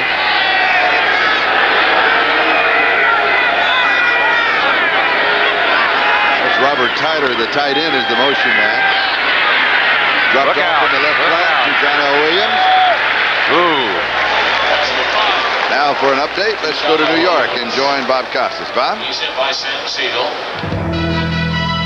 Charlie, a couple of weeks ago, if I told you Bo Jackson was 11 for 85, you'd say he was in a horrible slump. But in the NFL, 11 carries for 85 yards is plenty good, especially when you haven't played in almost a year. In his return to the league, Jackson has gained 85 yards on 11 carries, including that 39-yard run against the Chiefs. And in the fourth, the Raiders lead KC 20-7. Charles? Thank you, Robert. Big numbers. Isn't that amazing? That man is absolutely amazing. He may be the greatest athlete of the century. He really may. Do you agree? I don't think I could do any of those things he does. Well, you don't. Let's say Merlin doesn't disagree. We've got a timeout. We'll be back. The redhead in the middle of your screen is Billy Joe Tolliver. This year, the Chargers' quest for a quarterback has certainly been solved. As you know, Jim McMahon is the starter, came from the Chicago Bears. He is 30. Mark Vlasic, who's on injured reserve, is 26. He'll be back next year. Billy Joe Tolliver, he is 23. He was awesome in preseason. He really brings a different dimension to this ball club, and he could be activated next week. Eligible to come off. He said, hey, I'm going to be out of jail pretty quick. He wants to play some football. He's going to be a good one. Craig drops it. Oh, right in the hardest catch to pass, hardest pass to catch. You start playing your mind plays game. Yeah, how much yardage? Touchdown? Is it there? Where are they? What am I going to do? Smile for the photographers. Is it 6 points? And then you pick it up off the ground. Nothing at this point. Well, that's a nice pass by Craig, too. And that's a hard pass to throw. He's coming forward and throwing to a receiver who's sprinting and very close to him. Threw it in there with some good touch on it. The ball still dropped. Craig's having another good ball game. He is. He's had 11 good ball games back-to-back. And Charlie was here in this stadium last year in September that he had that shoulder messed up. And he talked about the fact that sitting for those 6 weeks really made a big difference to him. Here's pressure. Ooh, almost blocked. Gets it off. Rodriguez does. Brinson takes it at the 17. Great coverage again. Yes. 42 yards on the kick. Excellent special teams coverage by Seattle. Be sure to join us next Sunday. We've got a football doubleheader starting at 12:30 Eastern Time at NFL Live. The Philadelphia Eagles host Bo Jackson and the Raiders, and Bo is back. There's no question about that. In the second half of the doubleheader, the Seahawks will return home to the Kingdome to host John Elway and the Denver Broncos. That's all next Sunday on NBC. Now, that's next Sunday. Next Saturday, we'll be down at Disney World just to visit with the characters. Mickey, I understand, is going to make a guest appearance with us. Say hello to Minnie. Say hello to Minnie for me. Oldsmobile Golf Classic. Final round coverage next Saturday. 3:30 Eastern Time. Look forward to that. Great golf tournament. Spencer is the remaining back, and he's the ball carrier. And he goes to the 21-yard line. Joe Nash makes the tackle. Charlie, I'd just like to finish that comment about Dave Craig. When he went down in that game here last year, of course, sat on the bench and watched as Kelly Stopper, the young quarterback, came in and took his place. And he said that sitting down and being able to visualize the things that were expected of him and not to have the pressure allowed him to get a better focus on what he needed to do. And he has really come back and played much more consistent football as a result of it. San Diego trailing 17-10. The margin 7. A little over 8 minutes remaining. Tim Spencer picks up the first down to the 29-yard line. Needed 6, he got 7. Some excellent power running by Tim Spencer. We talked in the first half about the sounds of football. Let's listen in.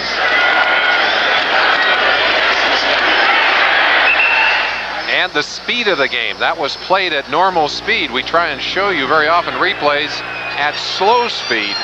You don't feel the speed and the collision impact of those collisions as much as you do when you see it at actual speed.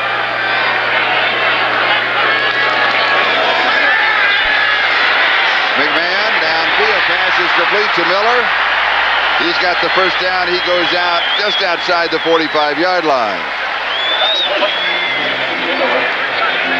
Well, what kind of sound do the quarterbacks make when they get hit? We might find out here. Ooh. They say ow. Or whoa. And then they make sounds in the huddle.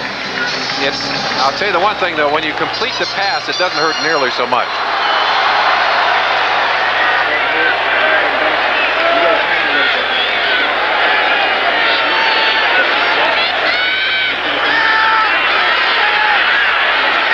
Spencer, the ball carrier. And he's got a couple of yards.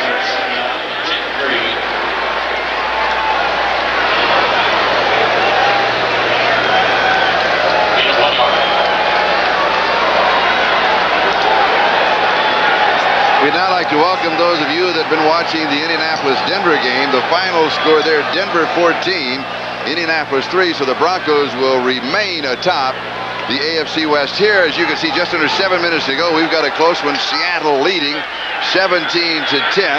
San Diego has the ball. Second down and 9 at their own 47-yard line. Punt fake. Oh, great play. And a great pass. Wayne Walker at the 24-yard line.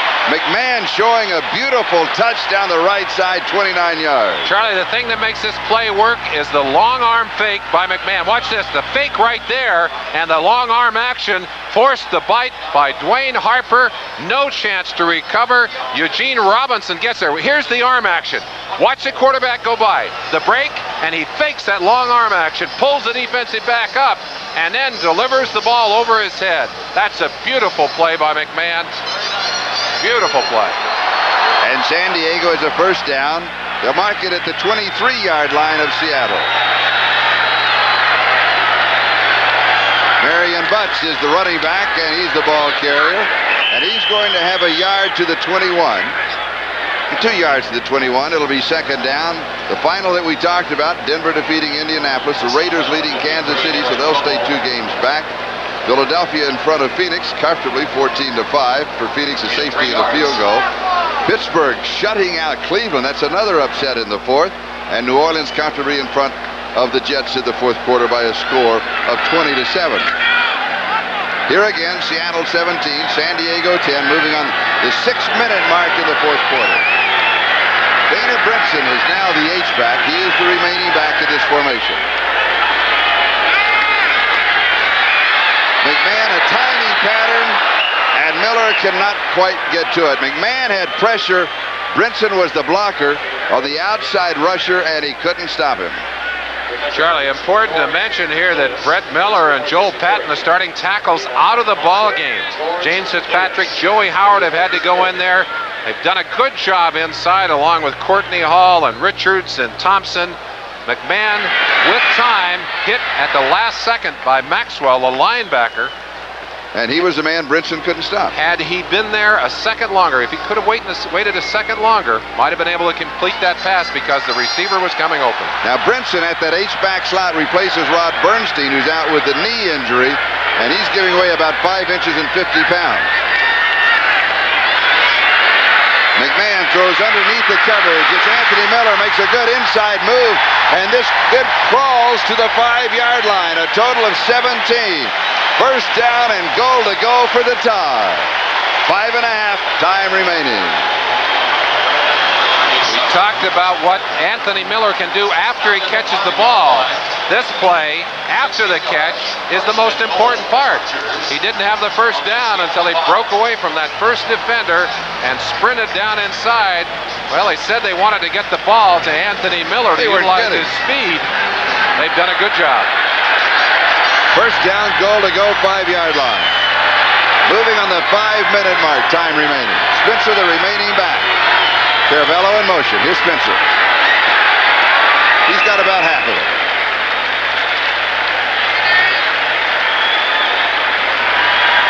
Seeing that Denver score, both of these teams were hoping that Denver would lose that game today. But with Denver's win, they're 2 games back. One of them hopes to be at least 2 games back. Although I guess conceivably it could end in a tie, Charlie, if it went through the overtime and out.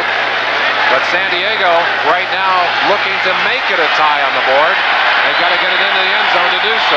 And the crowd reaction to Marion Butts, who is in along with Tim Spencer.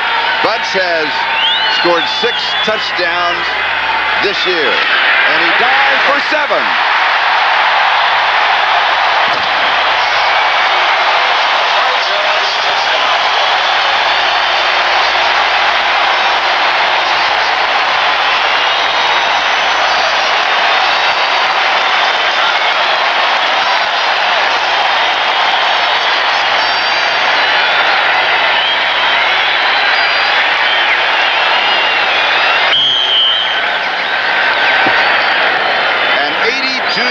Touchdown drive. And now Chris Barr out of the hold of David Archer. Chris Gannon, the snapper. This is for the tie. No good.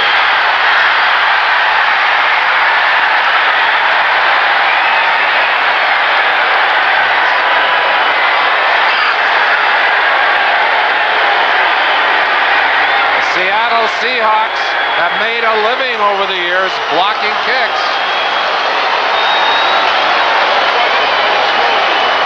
Let's see if we can pick out, I believe it's Jeff Bryant, 77, right in the middle of your screen. As he breaks through, there he is, right here. Jeff Bryant, 77, right in the middle of your screen, reaching up and getting that big hand on it right there. Boy, that is such a huge play, and you just felt the emotion fall out of this crowd as they realize now that instead of being tied as they had anticipated, they're 1 down. And it's Seattle 17, San Diego 16. The time remaining is 4:14.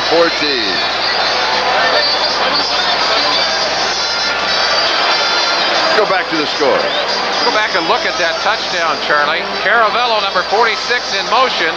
Tim Spencer is going to break in behind to block, but this is just Marion Butts and raw power as he drives right over the top of the defenders and into the end zone.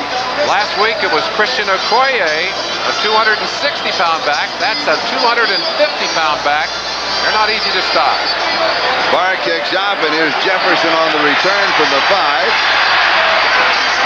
Outside the 20, he fumbles. Fumble. And a scramble for the ball. San Diego says they have it. We await on the official call.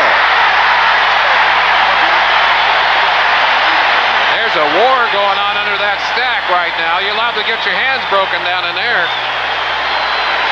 Still no signal. They're still fighting, yes. San Diego ball. Is it the toast, Elvis Patterson, who got it?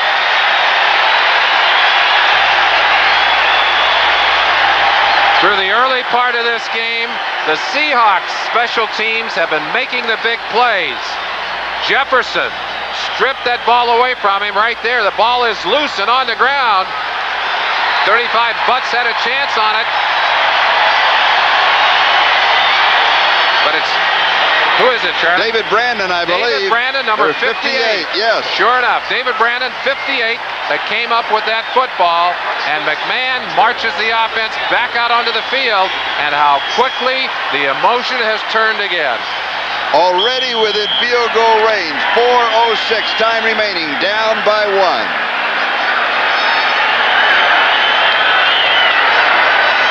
Turnovers, a total of 7. Major part of the ball game. McMahon wants to turn this turnover into some points. But not too quickly.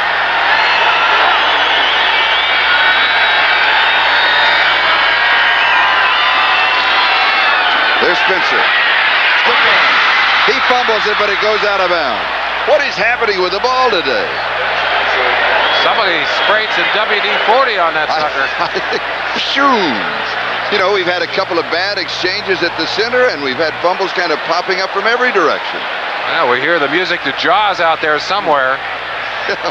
Let's see what happens. He's just running with it. Tony Woods reaches in. That's just a good play. 57, and they're lucky. The Chargers are lucky that that ball inadvertently came off the foot of Tim Spencer, because otherwise the Chargers would have turned it over again to the Seahawks. 2nd and 19. Here's Brinson. And he has a real grip as he leans inside the 25. Well, he better. The Seahawks stripping at that football at every opportunity, and turnovers tend to come in bunches, Charlie. Why? It just happens that way. Seattle coming into this game only 8 turnovers on the season, and they've got, what, 4 today in this ball game. That's 8 in 5 games and 4 here today. 3rd down and 16. The ball at the 24-yard line. You're in field goal range. You take a chance and throw deep, or you just set up the field goal. Well, you like to get the points, Charlie. There's a lot of time left in this game. You got to throw. Fumble. And he has a sack and a fumble. I think Seattle's got the ball. No, McMahon's not upset. McMahon is not upset. That ball stripped away. May have been Porter again for the backside. Porter again for the backside. Well, now this started at the 18. Well, now are they out of field goal range, Charlie? They were well within it early. This will be in the round of. This will be about a 50-yarder.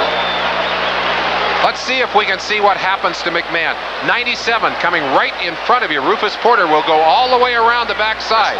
Now watch him come in and just reach in and slap that ball. That's twice today that the quickness of Rufus Porter has resulted in a McMahon fumble. 51 yards for the lead, and it's blocked. And recovered by Seattle. The Seahawks do it again. What a great defensive stand, ending with the block. The big plays in this game, many of them have come on special teams. And back-to-back for the Seahawks, a blocked kick, a blocked extra point, and then a blocked field goal. See if we can pick out the blocker on this one. A minute ago, it was Jeff Bryant. This one, I think, came from the outside. No, it's inside again, and I think it may be Bryant again. Is that Bryant or is it Joe Nash? Oh, it's Nash. From the same spot. From the same spot. It's Bryant, number 72. He came from the same spot that... That's Joe Nash. Excuse me, Nash, number 72, from the same spot that Bryant came from moments ago. Seattle now throwing 46. They're going to do a little work on the clock. And off to number 32, John L. Williams. And San Diego's going to take a timeout. They're saving 13 seconds here. They'll take another timeout, too, after the next play and use the 2-minute warning as a timeout, hoping that when they get the ball in offense, they can control the clock by the use of the pass. Charlie, that's the 8th blocked kick by Joe Nash. 8th in his career? 8 in the career. Is that a world record? Well, that's a big record, I can tell you that. Oh, yeah. Here's a man who's resting a little bit easier at the moment. It looked like that costly turnover on the kickoff team was going to put Knox's Seahawks back in the soup. But they've turned it around. There's the hero of that last block hiding in behind. There's Joe Nash. Been a game of heroes, hasn't it? Boy, we have seen a lot of big plays. We've seen some costly mistakes in this ball game as well. The time remaining, 2:13. Seattle leads by 1, 17-16. This is where you like to go to that rushing tandem, Warner and John L. And a little play action fake. And Craig rolls out. And he's just going to take it out of bounds. He's tripped up along the sideline. There's no flag. 2:05. So that does save San Diego a timeout. Lee Williams was chasing him along with Bert Grossman. Well, I said they were going to go to the run. I think Knox is probably saying we should have run the ball. I think he's saying to the official, I can't believe that we did that. John, are they kidding me? I've got to get involved in the offense. John Becker's the new offensive coordinator. Calling those plays, and I don't know what Knox is upset. He's mad about something. No, I can tell you what he's doing. I tell you, and you watch this, you see coaches. They set up the officials on the side. There's ongoing conversation about all kinds of things. And they're setting him up for a call. He might have been upset about what happened after Craig was hit on the sideline, Charlie. Could be. So you look for it the next time. Craig for the shotgun over the middle, and it is incomplete. Scansey. 2:01. So there'll be another play. So San Diego gets opportunities because the Seahawks put the ball in the air. I'm surprised they didn't run it and just make them use the timeouts, take the play down to the game down to 2 minutes. I tell you what might be happening here. Knox talked to us last night about it. He said we cannot be predictable. By throwing in that situation, he breaks the mold. Chuck Knox's teams have always been eager to run the ball. For San Diego, it is Darrell Usher. This is the kicker, Rodriguez. Darrell Usher is the punt returner. That's a change. It had been Brinson.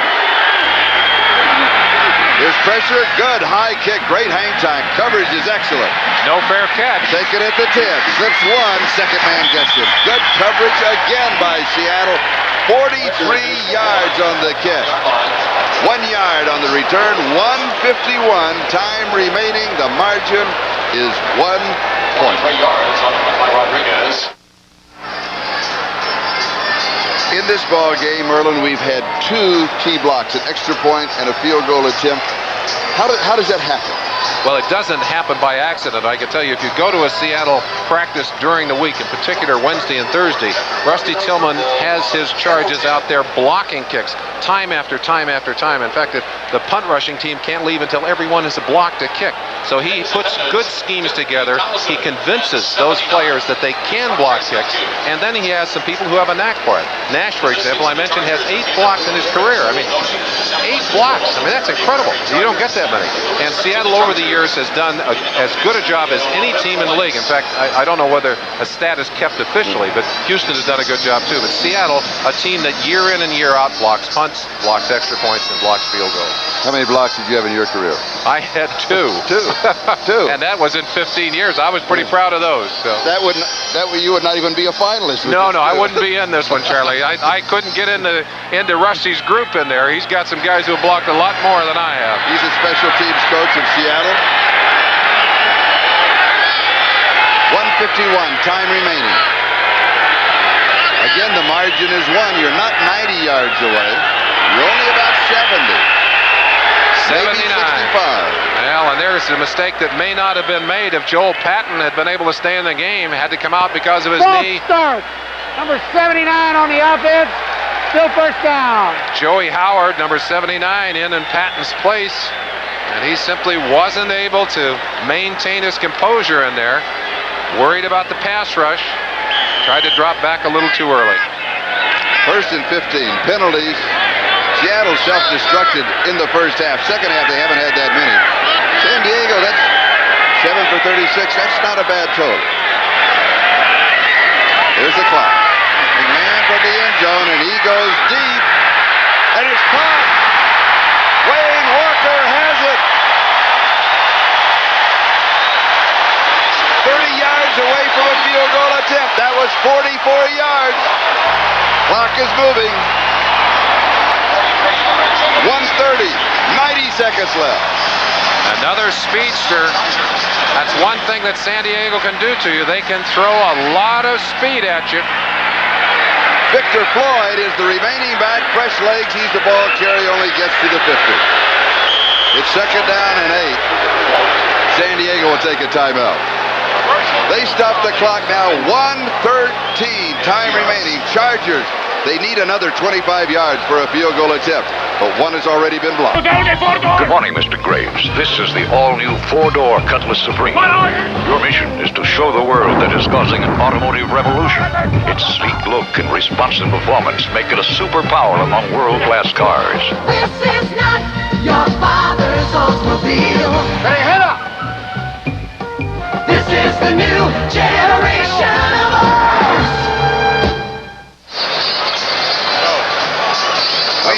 A rookie 8th-round pick just simply runs right by Dwayne Harper. He gets help from Moyer here, but that's unforgivable in this situation. You know you can't let anyone deep. They just didn't have enough respect for the rookie's speed. A great catch. It was right out at the fingertip. That was a great throw by McMahon. Chris Barr, number 3, San Diego. He's had an extra point attempt and a field goal attempt blocked. Offside. Flags are down. Ball is loose. A question of who moved first. A lot of movement before that ball was snapped.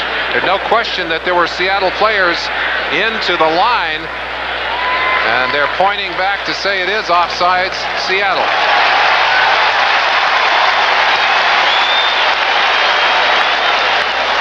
Jeff Bryant is over there saying, wait a minute, somebody move. Let's see if we can see any movement. Offside. Defensive left hand, still second down.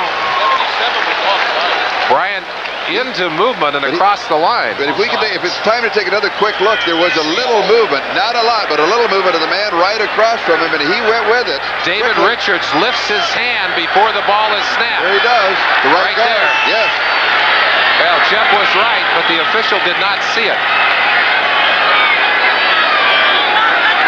Second down, McMahon to throw. Far side, and he's going to Walker, but putting in a place that only Walker could catch it, and it's in a place where even he couldn't get to it. Well, we're in 4-down territory here. Third and about 3 yards to go. Pretty important at this moment to pick up a first down. One timeout remaining. 1 minute and 3 seconds remaining. Seattle 17, San Diego 16. Ted Tollner will be sending down plays for the Chargers from upstairs, but I don't hesitate to say that Dan Henning may well be calling the plays right at this moment. He told us yesterday late in the ballgame with a drive going, he likes to get involved. McMahon takes a timeout. Looked at the defense, did not like what he saw.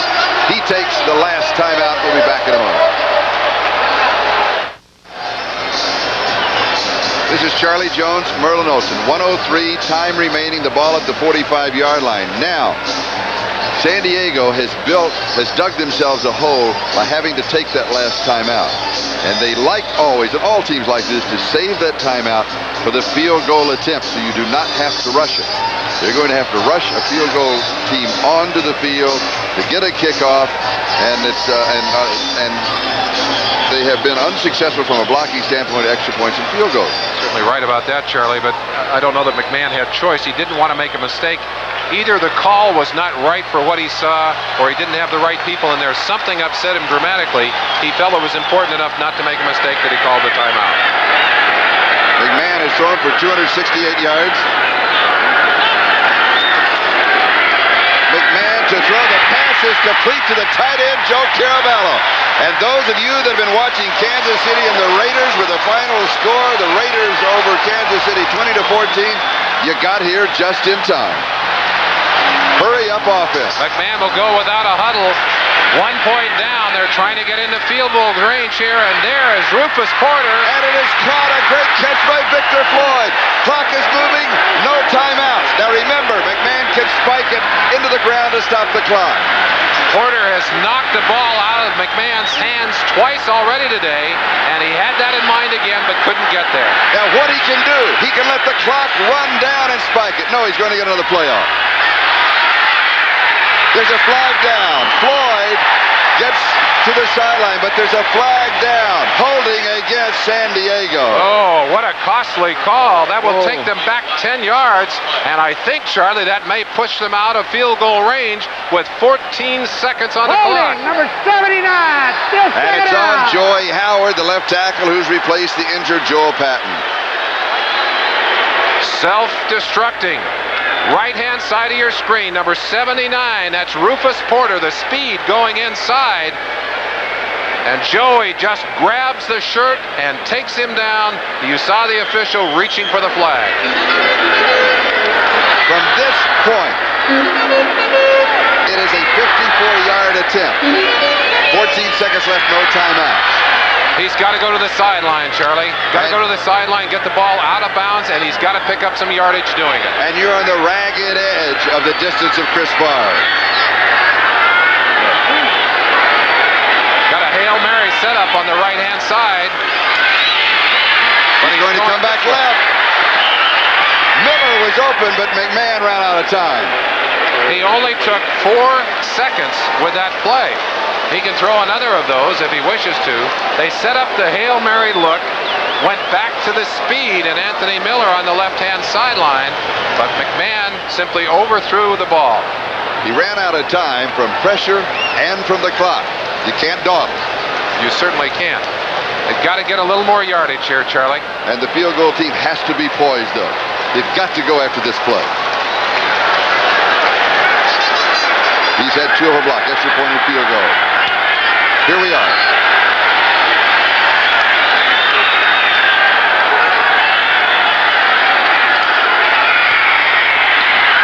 He is sacked. Brought down at the 34. Excuse me, at the 43. Number 97, Rufus Porter. His 3rd big play of this game on McMahon. He's already forced 2 fumbles coming from behind. He'll have to spike it. He can't wait. He waits too long. It's over. Seattle wins it. The Chargers had opportunity after opportunity. An extra point attempt to tie. A field that was blocked. A field goal attempt to go ahead. In field goal range and then back out of it. What a frustrating afternoon for Henning, and at the same time, a dramatic victory for Chuck Knox and his team. He knows how it feels to be on the other side. A hand on the shoulder of his colleague, Dan Henning. We'll be back in just a moment. The Seahawks win it by 1, 17-16. Chargers are back here at the stadium next Sunday.